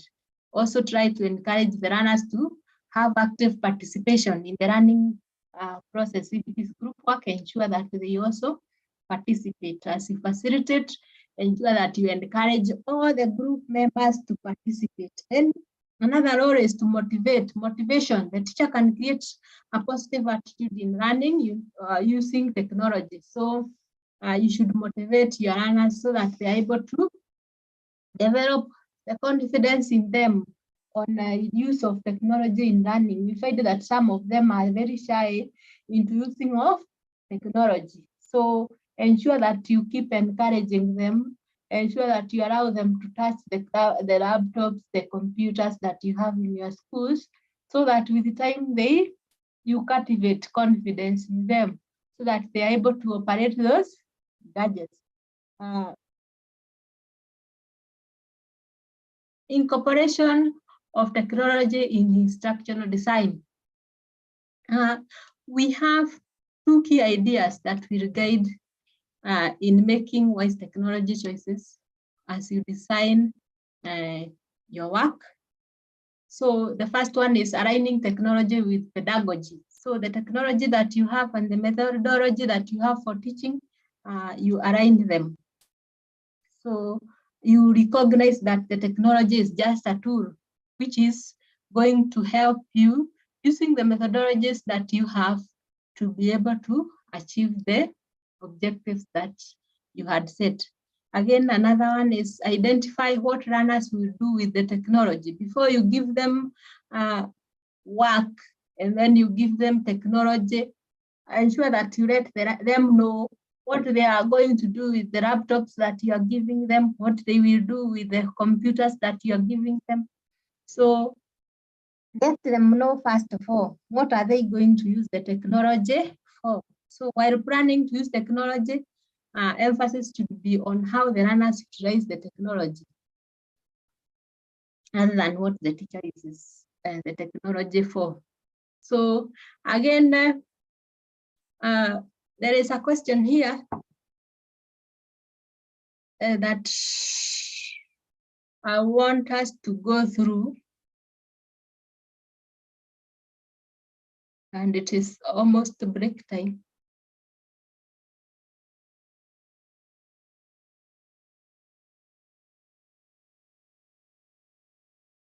It is 11. Nancy, Madam Nancy. Yes, Madam Rebecca. I think we can stop there. We will come and start from up there.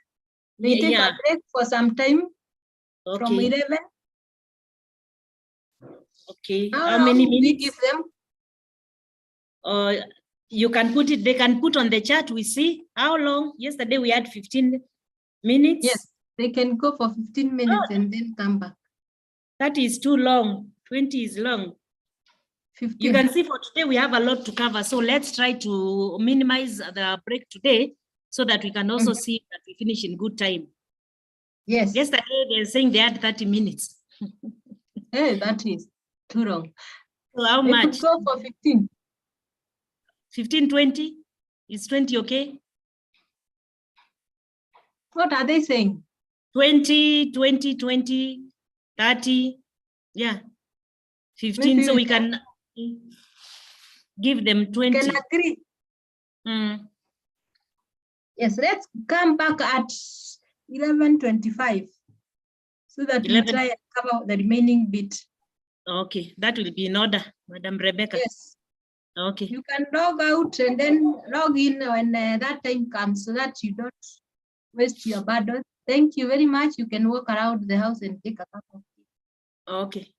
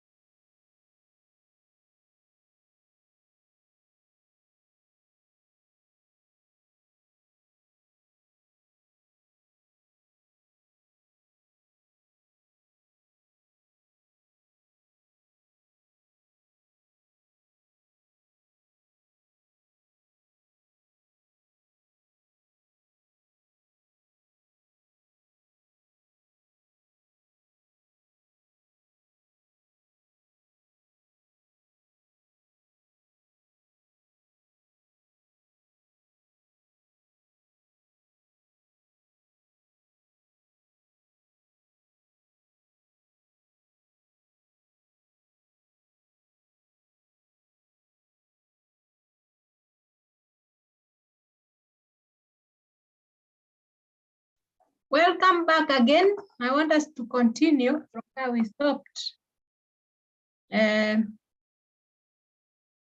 Oh, I can see some people are having challenges with their sound. You ensure when you are joining, you join using audio. There is a prompt that usually asks you to join with audio. You click on it so that when you get in, you will be able to hear what we are saying. So we have a few minutes that we conclude this day. And let me share my slides where we stopped. I want us to start.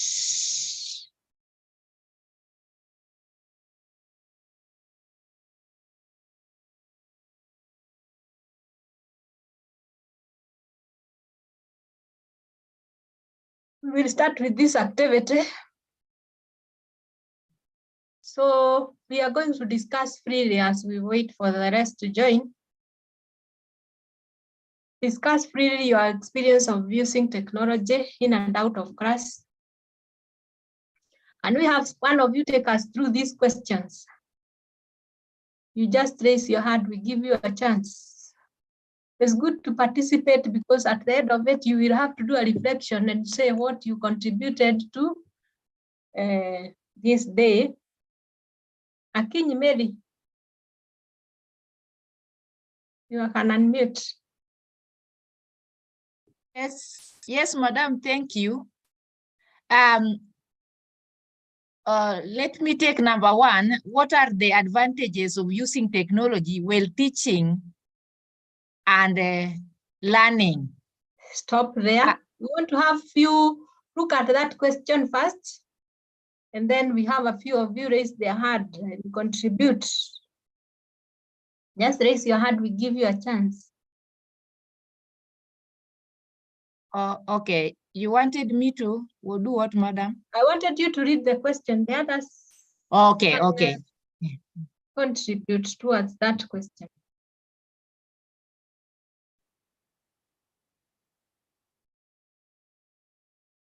Anybody who wants to respond to that? Nancy. Yes, Madam Rebecca. You can ask somebody, you can unmute one of the participants who is willing to respond to that question, part one only. Okay, I can see several hands are raised up. Let me start with Juliet Odindo. Juliet, you can unmute. Yeah. Hello, good afternoon, Madam Nancy. Good afternoon, Juliet. Karibu. Okay, thank you. I'm going to take on this question of importance of technology in learning. Hello, are we together? Yes, go ahead. Yes, it is the advantages, the importances, you can call them benefits. Yeah, okay. And first, technology, I will say that it helps a student become an informed citizen. It's one of the advantages. So this student will become an informed citizen. Technology will also help a student acquire future work skills. It is also, technology has also, it has an advantage of closing the wider digital divide in our society. It also enhances retention of what has been taught to the learner. Another advantage it can be that it's engaging and exciting. Another advantage is also that technology will help reduce the teacher's workload. In these overwhelming times where we have the short terms, the workload has been too much on us. And those who use technology can even store the notes for the students there. Technology also has an advantage of deepening the school to home connection between a teacher and a learner. A teacher can still continue teaching this learner or help this learner with the assignment given even at home if there's this network technology. Thank you. That's what I can come up with. Thank you for responding to that question, Juliet. And we can appreciate her using the chats. And the others, you can list others that have not been mentioned. We move on to part 2. Who can read part 2 of that activity? That's been Jamal. Yeah, she's here. Yes, she can read that activity. Part 2.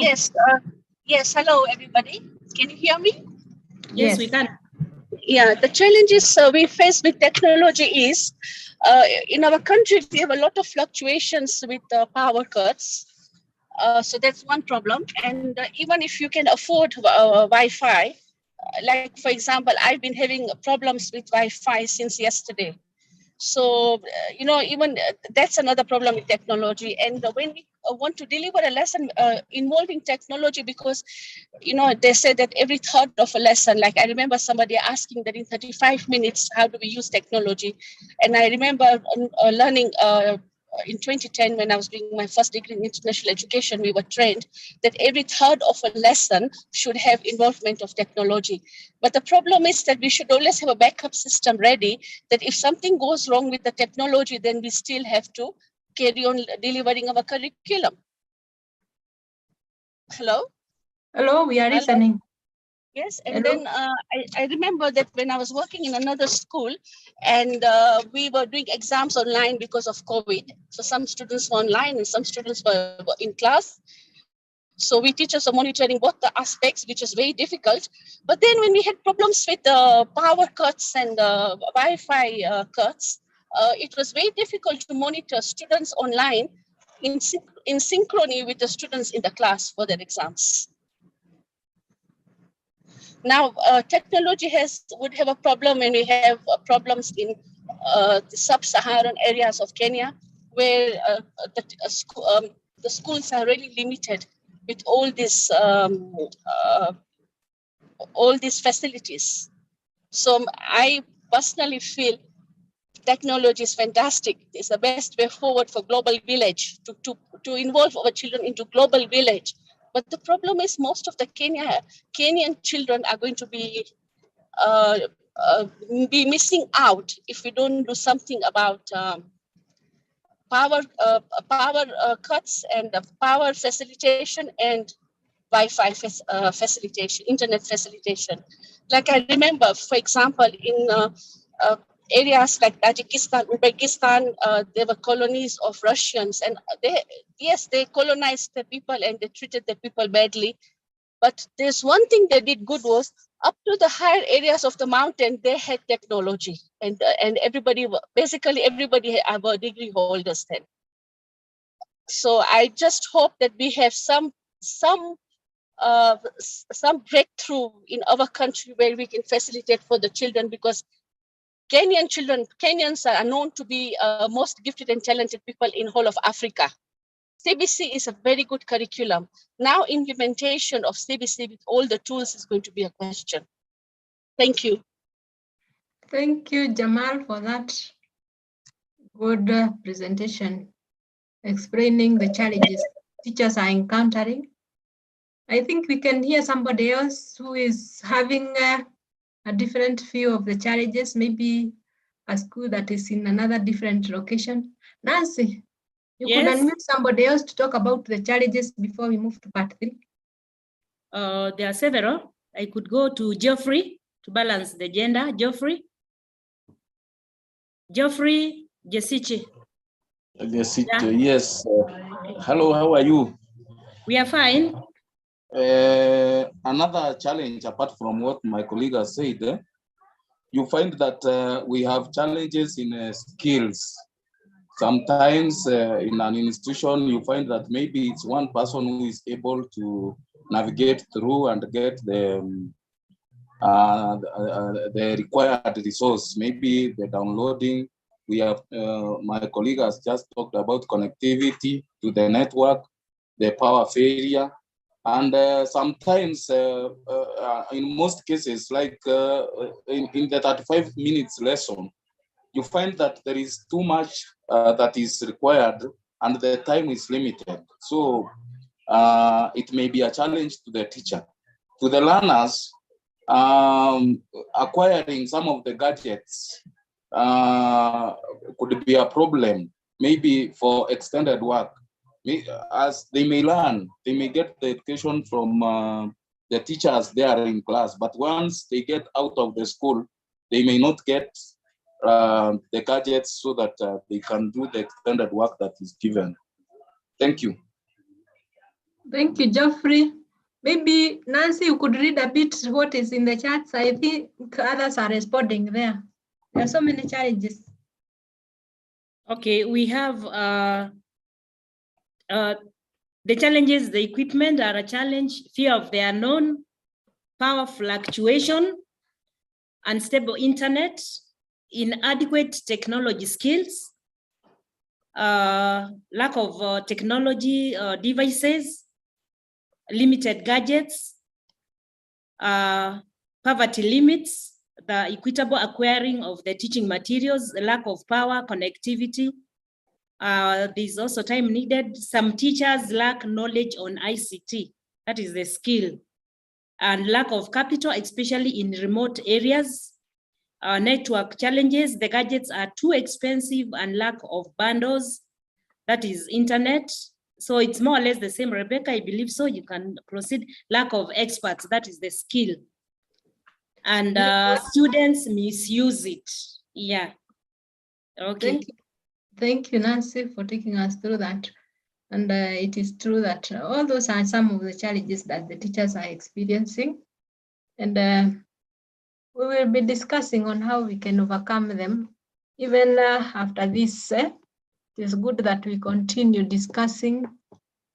We continue with the conversation on how we can overcome challenges. I know we have different challenges depending on the school where you are teaching. And then part 3 of the question of that activity, why do teachers resist technology? You can unmute one of them. Okay, I'm going to respond. Bor. Rose, Bor. Yes, I'm unmuting. Hello. Yes. Hello. Yes, hello. Continue. We can hear you. Okay, so yeah, I'm answering the question, why do teachers resist technology? Some of the challenges I've seen with our teachers, particularly in my school, are like a lack of knowledge. Most of the teachers do not have the know-how on how to even operate some of the gadgets like laptops. Even some of them, it's difficult to operate a phone. They only use it to receive and make calls and maybe use WhatsApp.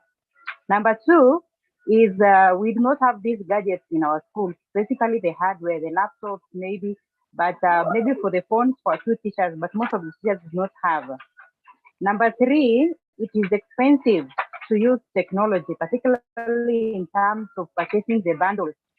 The bundles specifically, what is mostly very difficult, but also acquiring like the phones which are can go to internet or can be used in passing information is very, very expensive. And lastly, most of learners are not technologically, they do not have the know-how. So even if I have the gadget and maybe give them some work online, like in my school, it is really a third world school. Some of the students don't even know how to make a call using a phone. So if you were to use touch in teaching these learners, it's going to be very difficult to use technology. So we have, mostly those are the challenges I'm seeing in my school. Thank you. Thank you very much, Rose, for that contribution. It is true that some of the teachers resist technology because of many things, maybe because of the challenges that they are experiencing. Other things that have been mentioned by Rose. The rest you could maybe highlight those reasons why some teachers resist technology on the charts. We are going to read them. Could we have somebody else respond to that? Okay, there's Eunice Jebet. Eunice Jebet, you can unmute. Hello. Hello. Can I respond to question 4? Or I had more on why teachers resist technology. Which one do you want to respond to? Question 4. You can go ahead. Read it first. Read that question. The question reads, what can be done to help teachers appreciate integrating technology in teaching and learning? So first of my point that can be done to help teachers appreciate integrating technology in teaching and learning is being provided with various technology gadgets in schools. Number 2, teachers to be provided with in-service training on ICT. Number 3, I can also say that teachers and students to be motivated in various ways in order to have positive attitude towards the using of ICT in teaching and learning. Thank you. Okay, thank you for responding to that question and also trying to give a solution to the resistance to the technology. I believe part 4 is trying to give a solution. When you motivate these teachers, when you provide them with gadgets, when you give them in service, then they will not have any reason to resist technology. Have they posted anything, Nancy? There are some saying teachers to be trained.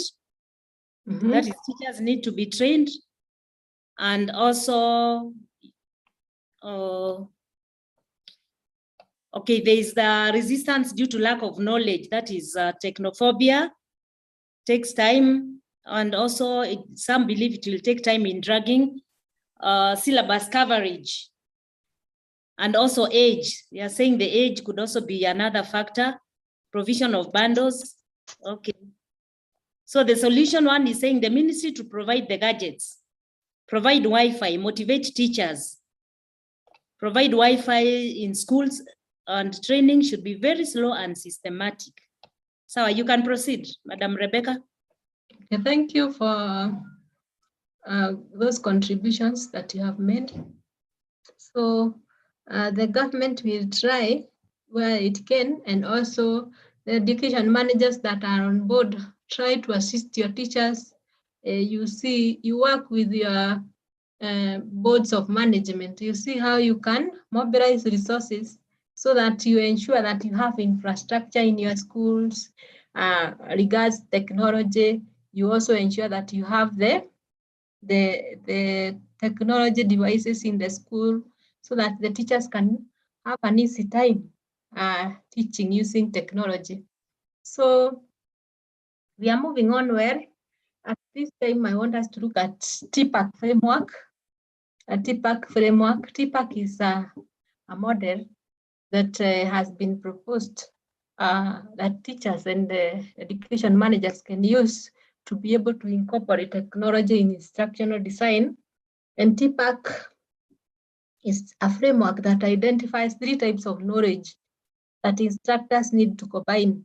For you to successfully incorporate technology in learning, you have to have technological knowledge, you have to have pedagogical knowledge, and also content knowledge. And this model is usually referred to as TPACK.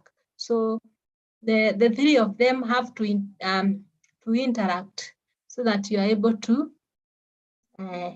ensure that you integrate ICT successfully. So TPACK, this initials, the TPACK, the TK refers to technology knowledge, and technology knowledge is knowledge about various technologies.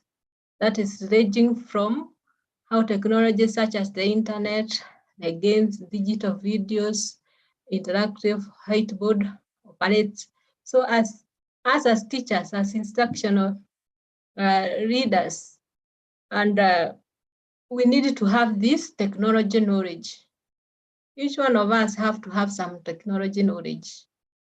That is, we know how to use internet, how to use whatever, the Twitter, the WhatsApp, the games, the videos, how you can use them in teaching and learning. Then we have the content knowledge. And this is knowledge about actual subject matter that is to be learned. You know the subject that you teach. For example, if you are teaching biology, there is the content that you teach. You also need to have a mastery of that content. So teachers must know the content they are going to teach. And then we have pedagogical knowledge, PK. PK is the method. It's a method and process of teaching. And this includes issues to do with the knowledge in classroom management, assessment, lesson plan development, and student learning. And during the lesson planning, it's whereby you will indicate when you will use a certain technology and you will use it for what. So these three have to interact: the technology knowledge, the content knowledge, and the pedagogy knowledge, to have the following. For example, you will have a pedagogical content knowledge. Pedagogical content knowledge refers to the content knowledge, and this content knowledge deals with the teaching process. And this is different from other various content. So it blends both the content and the pedagogy. That is the content and the methodology, because pedagogy is the method that you will use to teach. So contents and pedagogy are blended together, then with the goal being to develop better teaching practices in content area. So then we have technological pedagogical knowledge. TPK is how knowledge of various technology can be used in teaching and learning. So you have various technologies, and then these various technologies, you use them in delivering the content that you have. And then thirdly, we have technological, pedagogical, and content knowledge, which now is referred to as the TPACK. And this is the knowledge required by the teachers for integrating technology into their teaching in any content area. When you get, I believe by now you have been given a password, and you can be able to access our virtual campus. You will find more information about this model. You read about it and try to see how you can integrate it in teaching and learning. That is, you know, the various types of knowledge that you need to have to be able to successfully integrate ICT. This model is the one that is being used in education in Kenya, and it is also advisable that you use it. At this time, I want us to look at the factors to consider while integrating technology in instructional designs. There are things that you need to consider before you integrate various forms of technologies. You need to put into consideration. One, you need to consider the learning outcomes. These are the ones that you used to call objectives.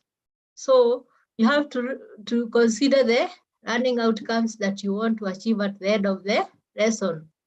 What knowledge, what skills or attitude that you want the learners to achieve.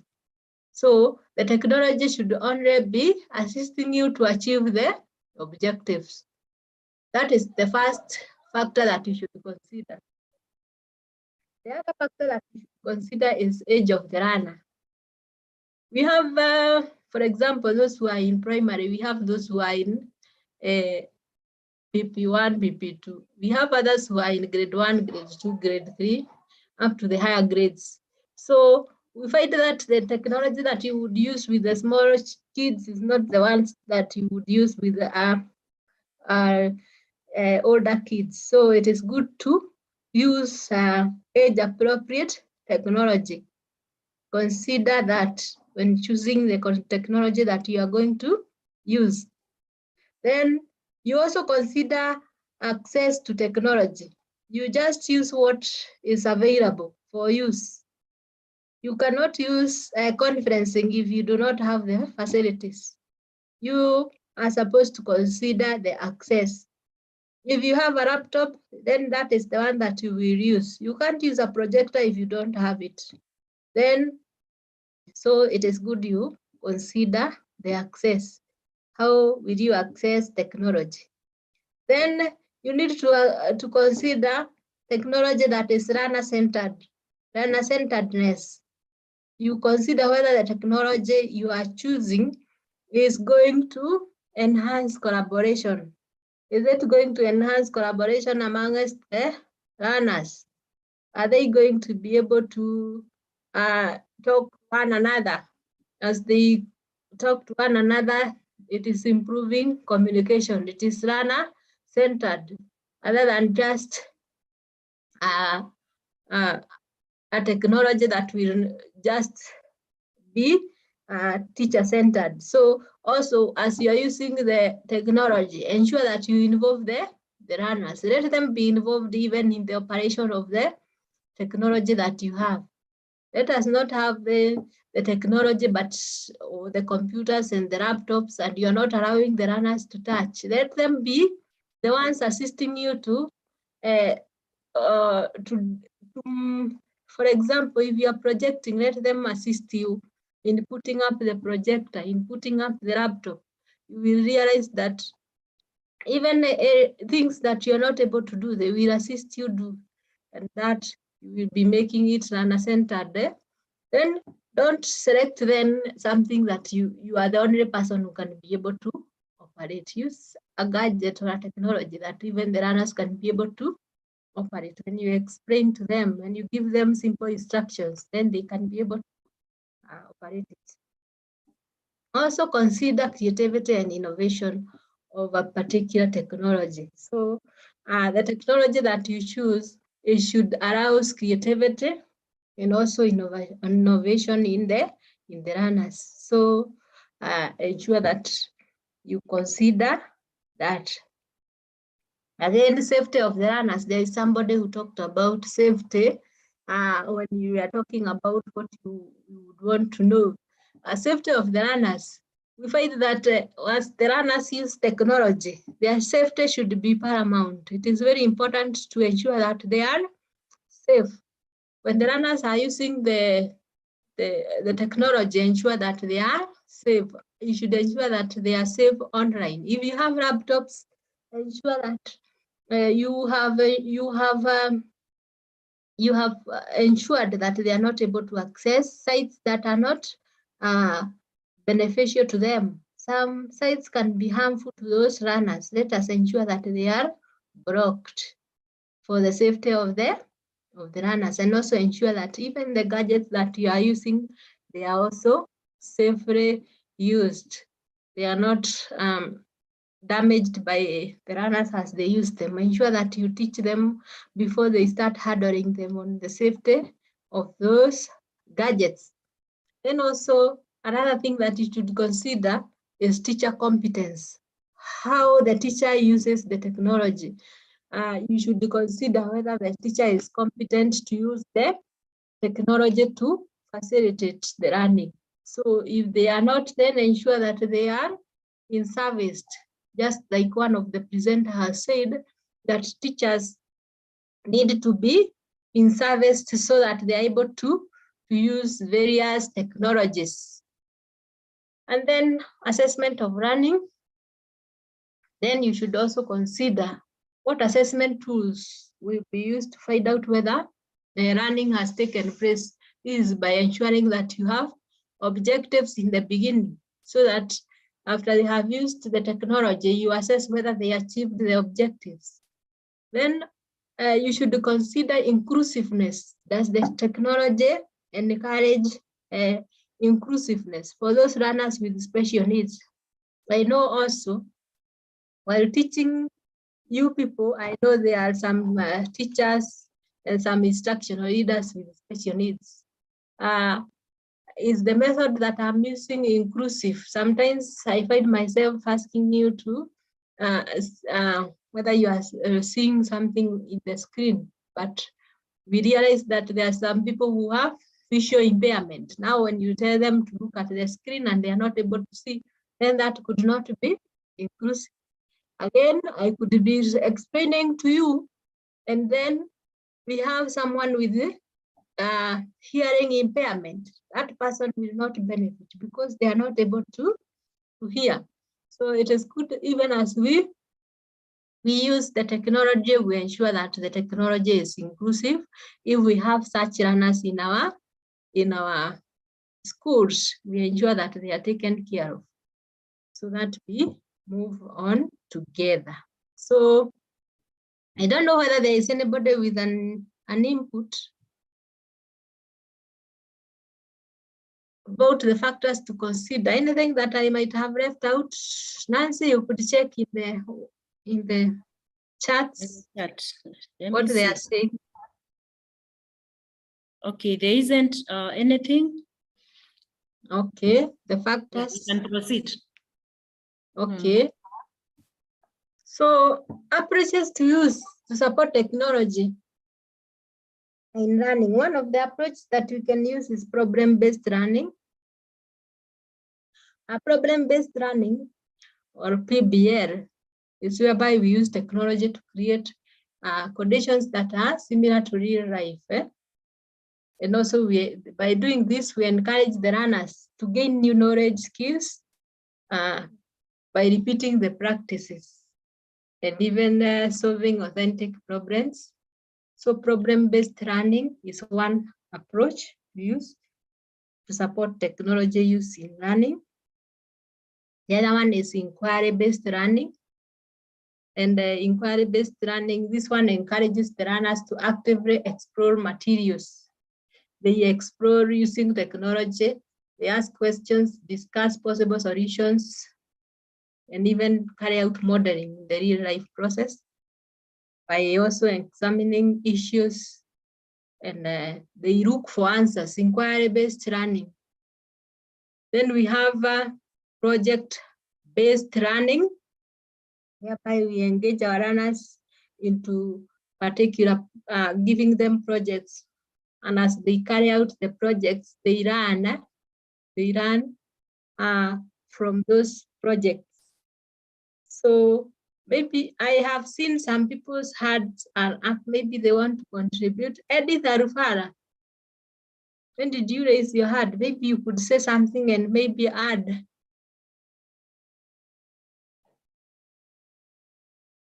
Edith, you have something to say? Or you raised your hand a long time ago. You can put your hand down.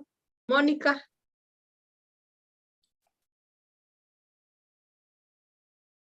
Monica, you have something to add?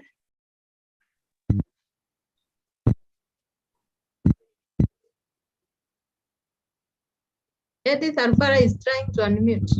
Yeah, that's what I can see. But she's having a problem, a challenge.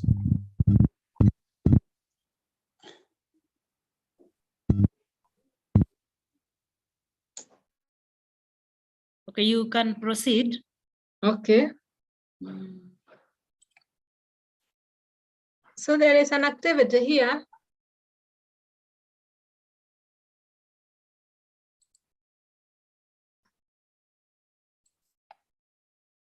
That I want us to look at. And then somebody could raise their hand and explain to us part one of the question.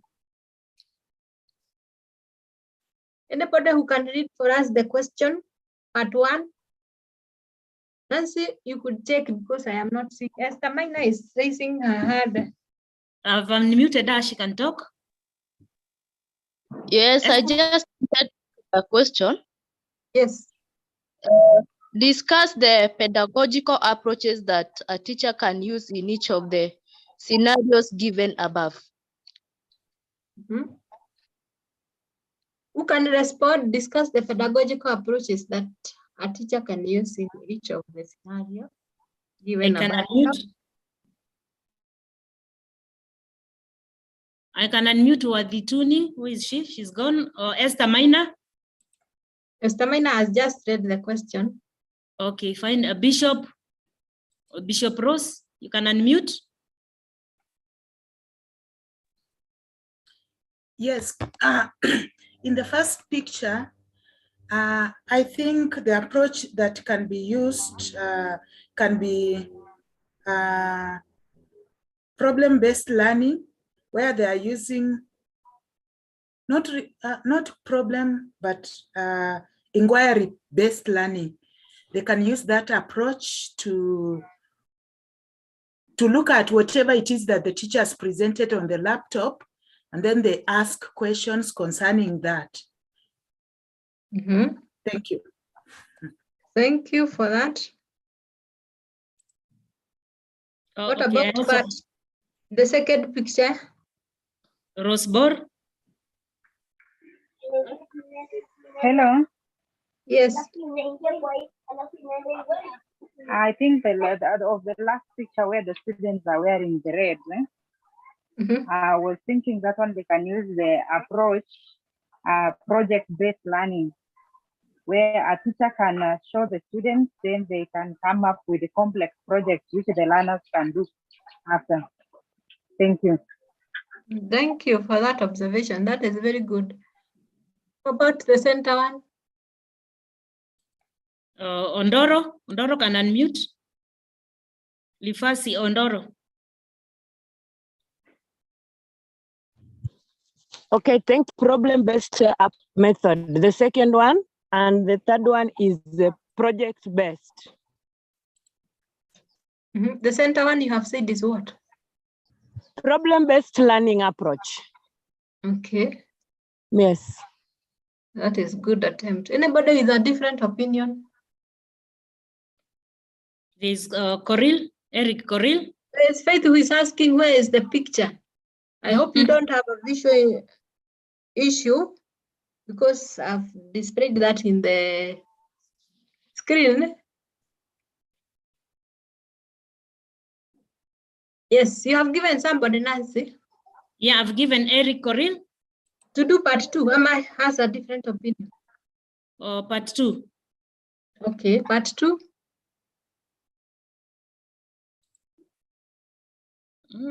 He seems to have gone. I can have Jamal can unmute. Read the question, Yes. Jamal, and give us a response. Okay, what should be the role of the instructional leader in each of the scenarios?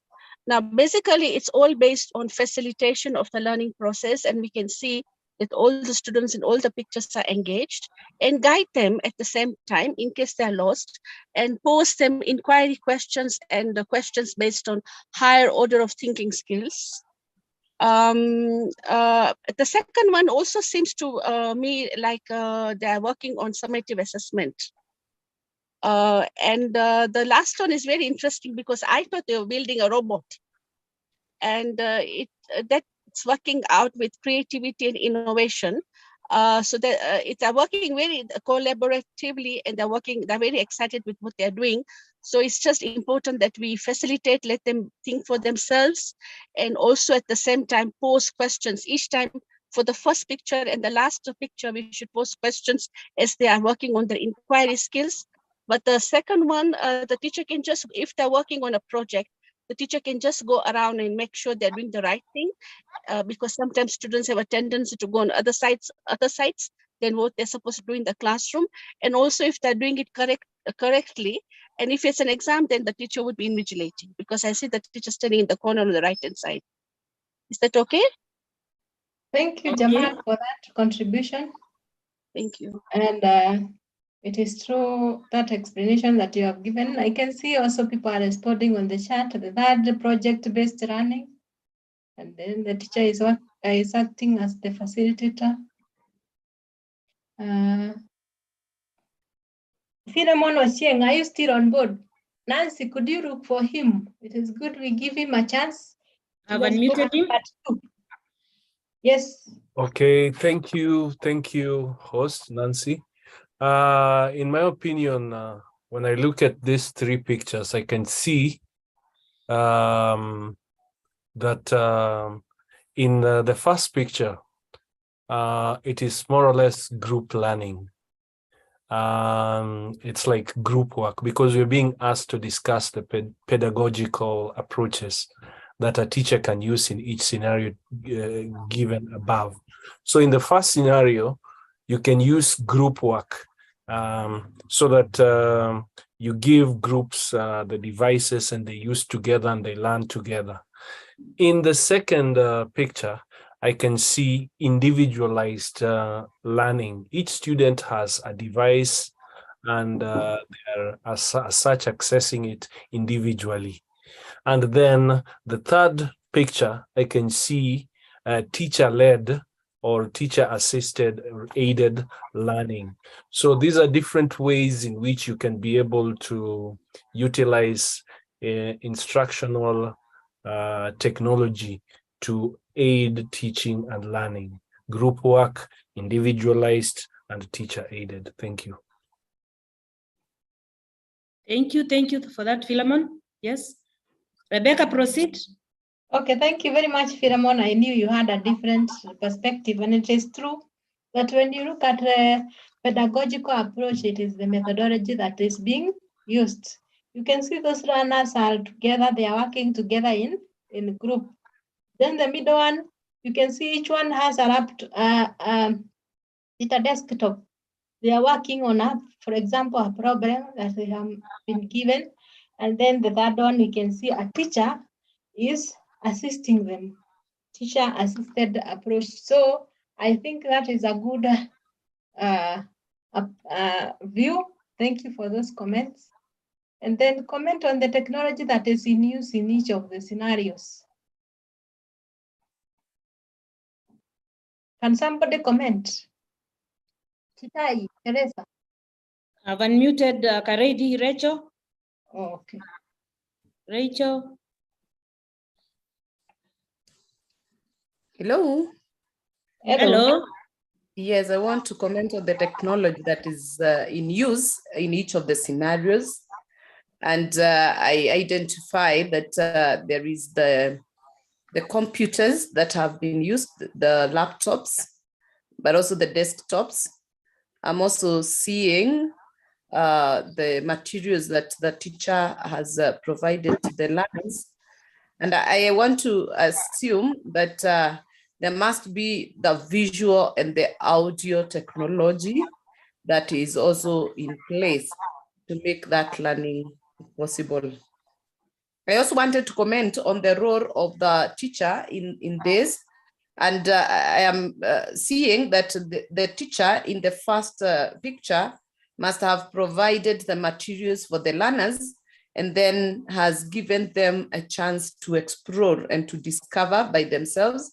Then there is the teacher in the second instructing and directing the learners, and therefore personally they are trying to get into the learning session to discover also through the instruction and the direction of the teacher.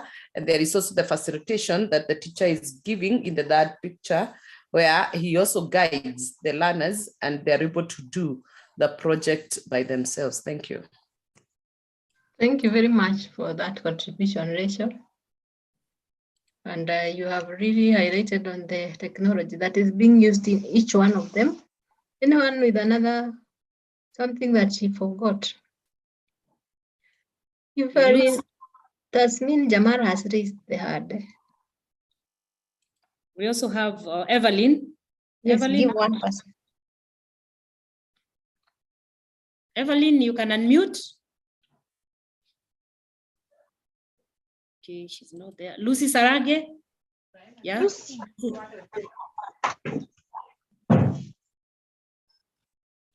So, okay, then I think we can proceed by looking at the stages in the use of technology. We find that for us to use technology in instructional design, there are stages. The first stage is for the beginners, whereby you start by acquiring a technology literacy. That is technology literacy approach. And this involves improving basic literacy skills through technology. So you get as much as possible information about ICT skills that are relevant to the curriculum. So it will involve you setting some time aside that is within the curriculum, then in other subjects to incorporate a range of relevant productivity tools and technology resources. You make sure you expose the learners to the various technology resources that you have. So that is the first stage. The second stage is knowledge deepening approach. At this level, this is whereby you use technology to increase the ability of students to add value to the society and also to the economy. They apply the knowledge that they have gained in school subjects to be able to solve complex issues. So what they are encountering in the society, they can use the technology to be able to solve. And these problems might relate, for example, to environment, also may relate to food security, to health, and also how to resolve conflict. So using technology, they can search for information that can help solve those problems. Then knowledge creation approach, this is another stage that is the knowledge that they acquire would help them create more knowledge. That is, help them to increase productivity by, for example, helping them to engage in deeper research and also be able to generate more knowledge, become innovative, and therefore create more knowledge. So it is good that we ensure that we follow those stages. Then we have challenges. Challenges that some of you have given earlier. So I will only add a few that maybe you did not mention. Challenges of this technology. Challenges of designing learning with technology. Sometimes we find that when we use this technology, sometimes it becomes destructive. So although we know that technology can enhance teaching and learning, it can also be a distraction. So sometimes we find that instead of helping the learner to acquire more knowledge, sometimes it becomes destructive. And then the issue of equity. Although sometimes it can contribute to equity among learners, sometimes it might become a source of inequality with regard to access and usage, because we have some learners who come from low-income schools, and then we have learners who come from high-income schools, so that they are able to have the gadgets, they're able to access the computers, they have reliable internet. Then we have those from low-income schools. Some of them, they do not have these computers. They are not able to access them. They do not have reliable internet. So we find that sometimes these learners who are well endowed, they are the ones who are accessing education, while others are being left behind. Even now, as we are training, we are experiencing the same. You teachers, you are able to access internet. Some other teachers are in remote areas, in very remote areas where they cannot access. It is creating some inequity. Then the mediacentrism, whereby we have a bias towards overemphasizing technology, whereby instead of teaching what the learners are able to, what the learners are supposed to learn, the content, we emphasize so much on the use of technology. By the time we connect the technology that we want to use to deliver the content, time has gone. One of you said that there has been a challenge to manage the 35 minutes, and even was wondering how can you use technology in 35 minutes. So as we use technology, let us not overemphasize on it to avoid media centrism, so that we are also able to deliver what we are supposed to deliver. The other one is time, cost, efficiency, and trade-off. We find that technology sometimes is expensive. Even as we try to integrate it into our learning, we find that it is expensive. And especially if it is a new technology, it comes with related challenges. Sometimes you might not have enough time to get familiar with the new technology. You have the technology, but you cannot use it because you don't even have time.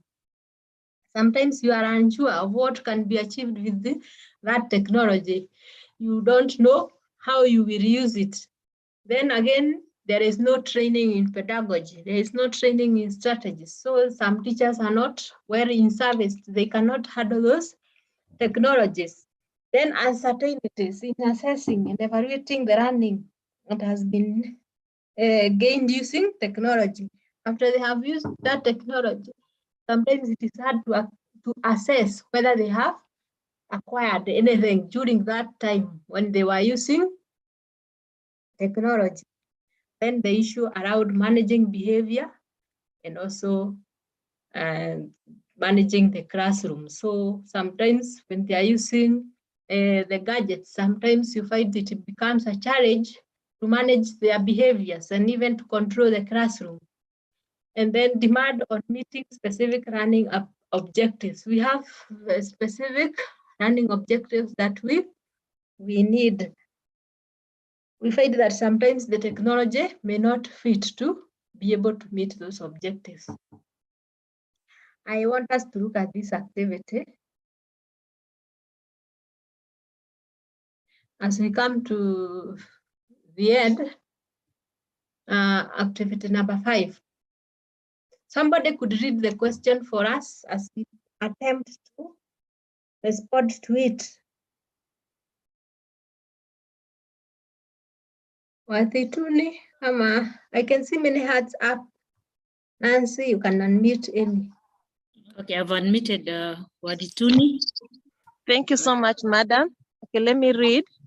There is a paradigm shift from the traditional teacher-centered classroom to learner-centered learning environments. Part 1, discuss the role of the instructional leader in a learner-centered learning environment. Part 2, identify learner-centered approaches and explain how technology can be used to enhance learning in each approach. Thank you. Thank you. I think this one needs some time to think. Nancy?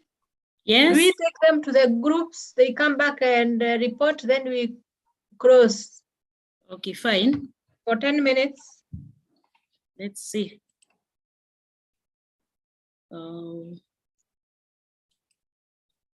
We had 10 groups. Yes, so when we get there, let's have the chair and the secretary to put down the points. You come and report, we go for lunch.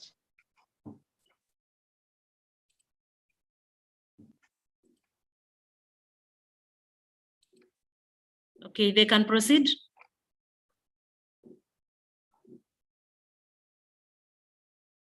They can proceed to the rooms.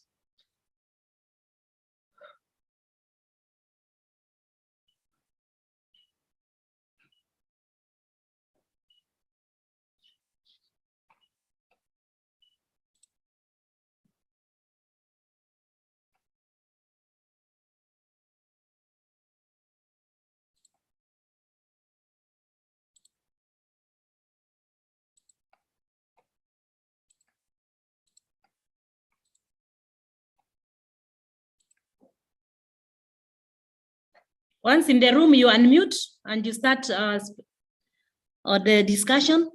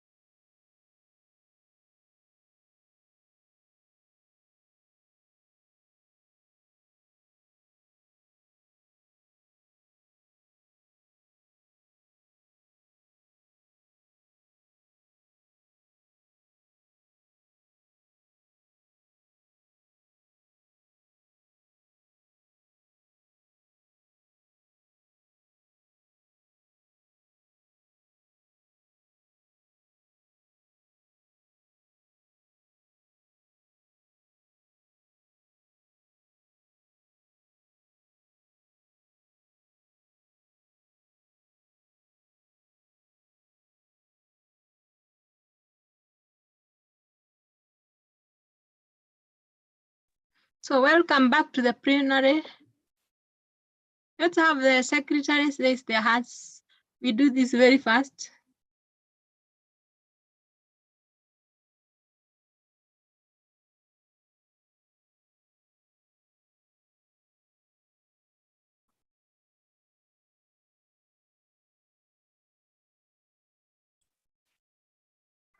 I can unmute Martin Mwau. Yes. Yeah. I've unmuted him. Yes, I was in group 8. Can you get me? Can you hear me? Yes, we can. Question 1, discuss the role of instructional leader in the learner-centered learning environment. And we noted the following points. The instructional leader is there to guide the learners or give direction, to provide the required materials for learning. Teacher also has a role to instruct the learners. He also has a role to give them instructions as they work out activities given. The instructional leader also gives them the right gadgets to use. He is also there to check the safety of the learners during the activity. The instructional leader also has a role to protect the learners not to access other sites that are not required for learning at that time. And also the instructional leader offers class control or monitors the class. Those are the points we came up with in question 1.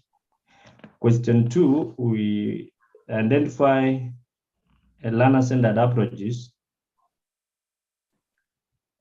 and explain how technology can be used to enhance learning in each approach. Because of the time, we only looked at 2, although we mentioned the 3. One of them is a discussion, question and answer approach. And in this, we said learners can be given time to answer the question or given time to find out if they have answered them correctly using those gadgets.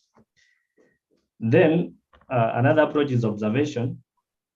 And this can be used while doing a project given, for example, to see if they have done it correctly using technology.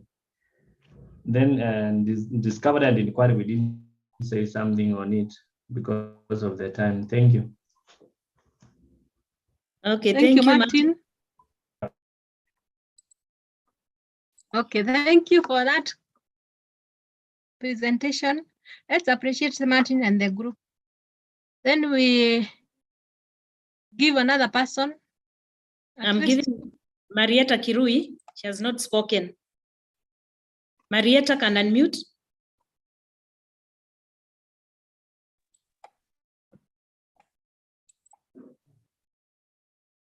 Marietta. Yes, you can hear me? Yes, we can. Okay, so I'm reporting for group 2 on the role of the instructional leader. And we said 1 is to assemble and provide the gadgets which are required for the instruction. Then we said the leader prepares the lesson plan. The leader also guides the learners on what to do.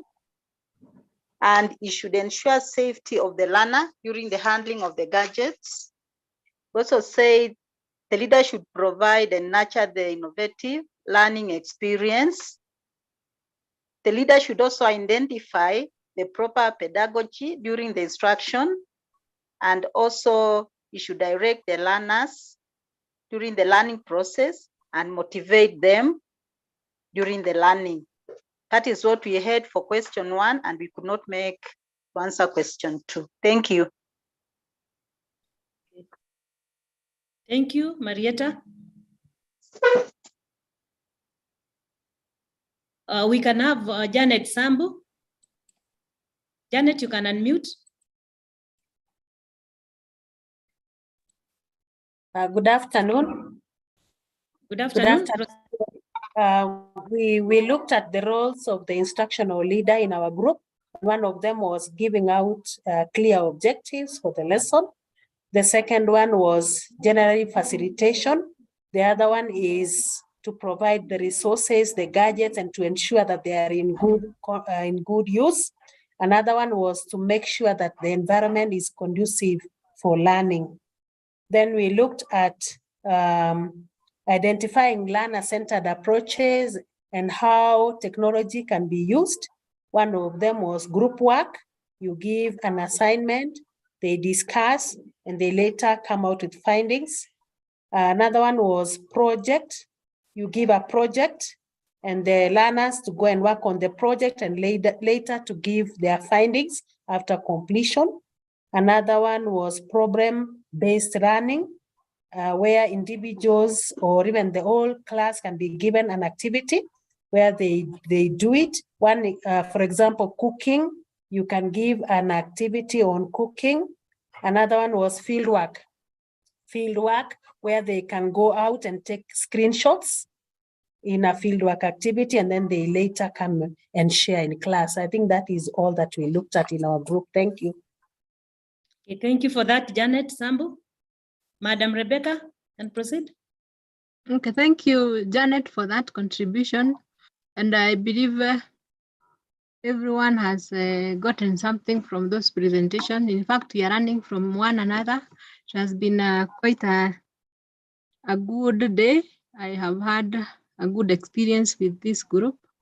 They are very active, and maybe to come, we are coming to the end of the day. Maybe we could have some group processing. You could maybe think of one thing you did well that contributed to your group success now that you have been in groups. And you could maybe share using the chat box.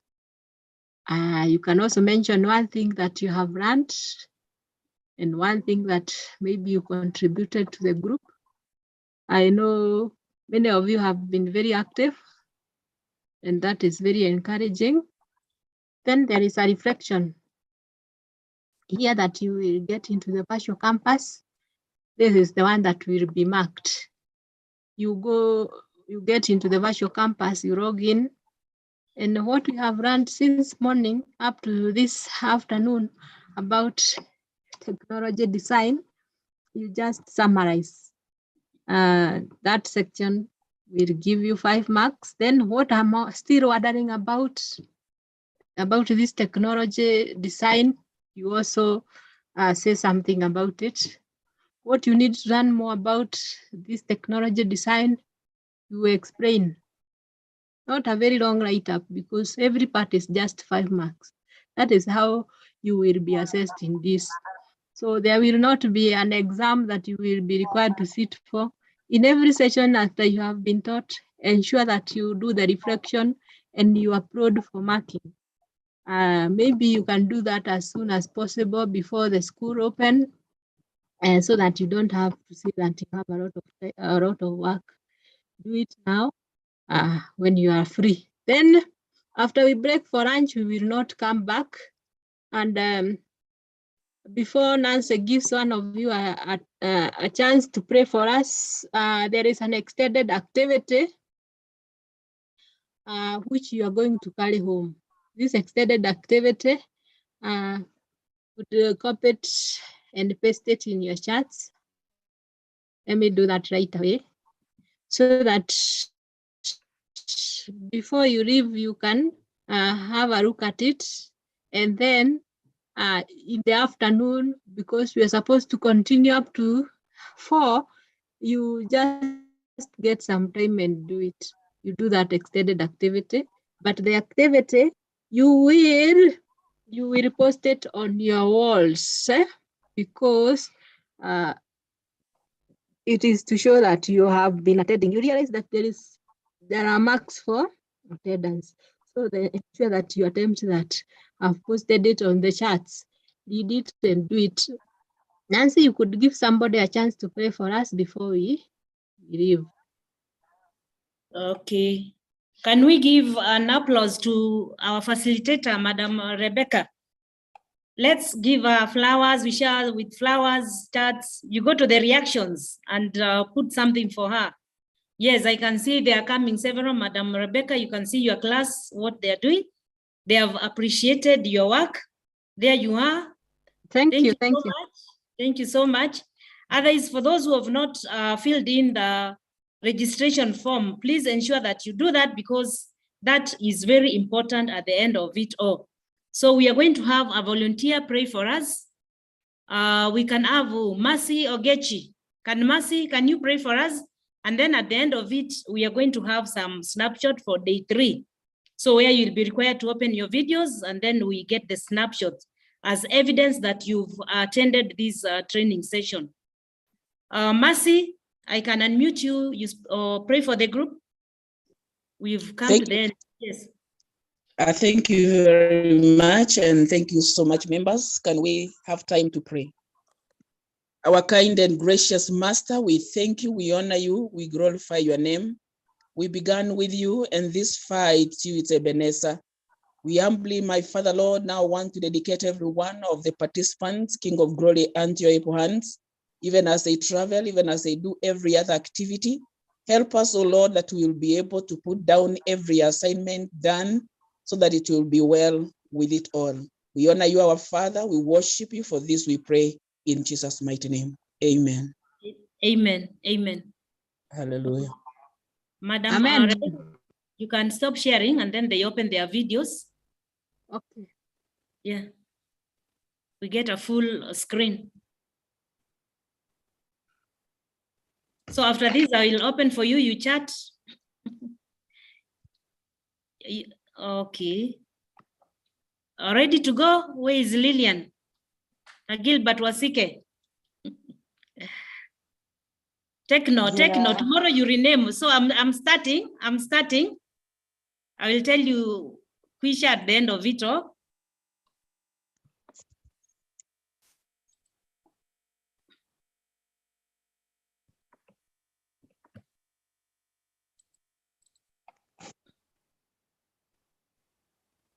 Open your videos. Open for your videos I'm going through.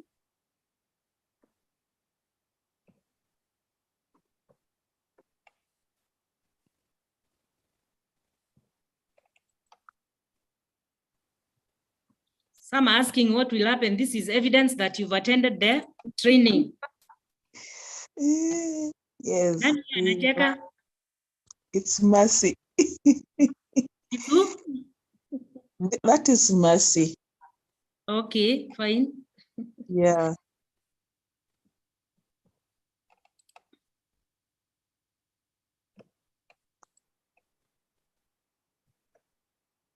Fine, I'm through. I can unmute you now. You say hi to one another and then we close the day. We call it a day.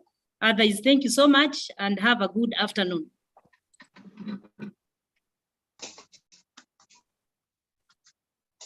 Hi.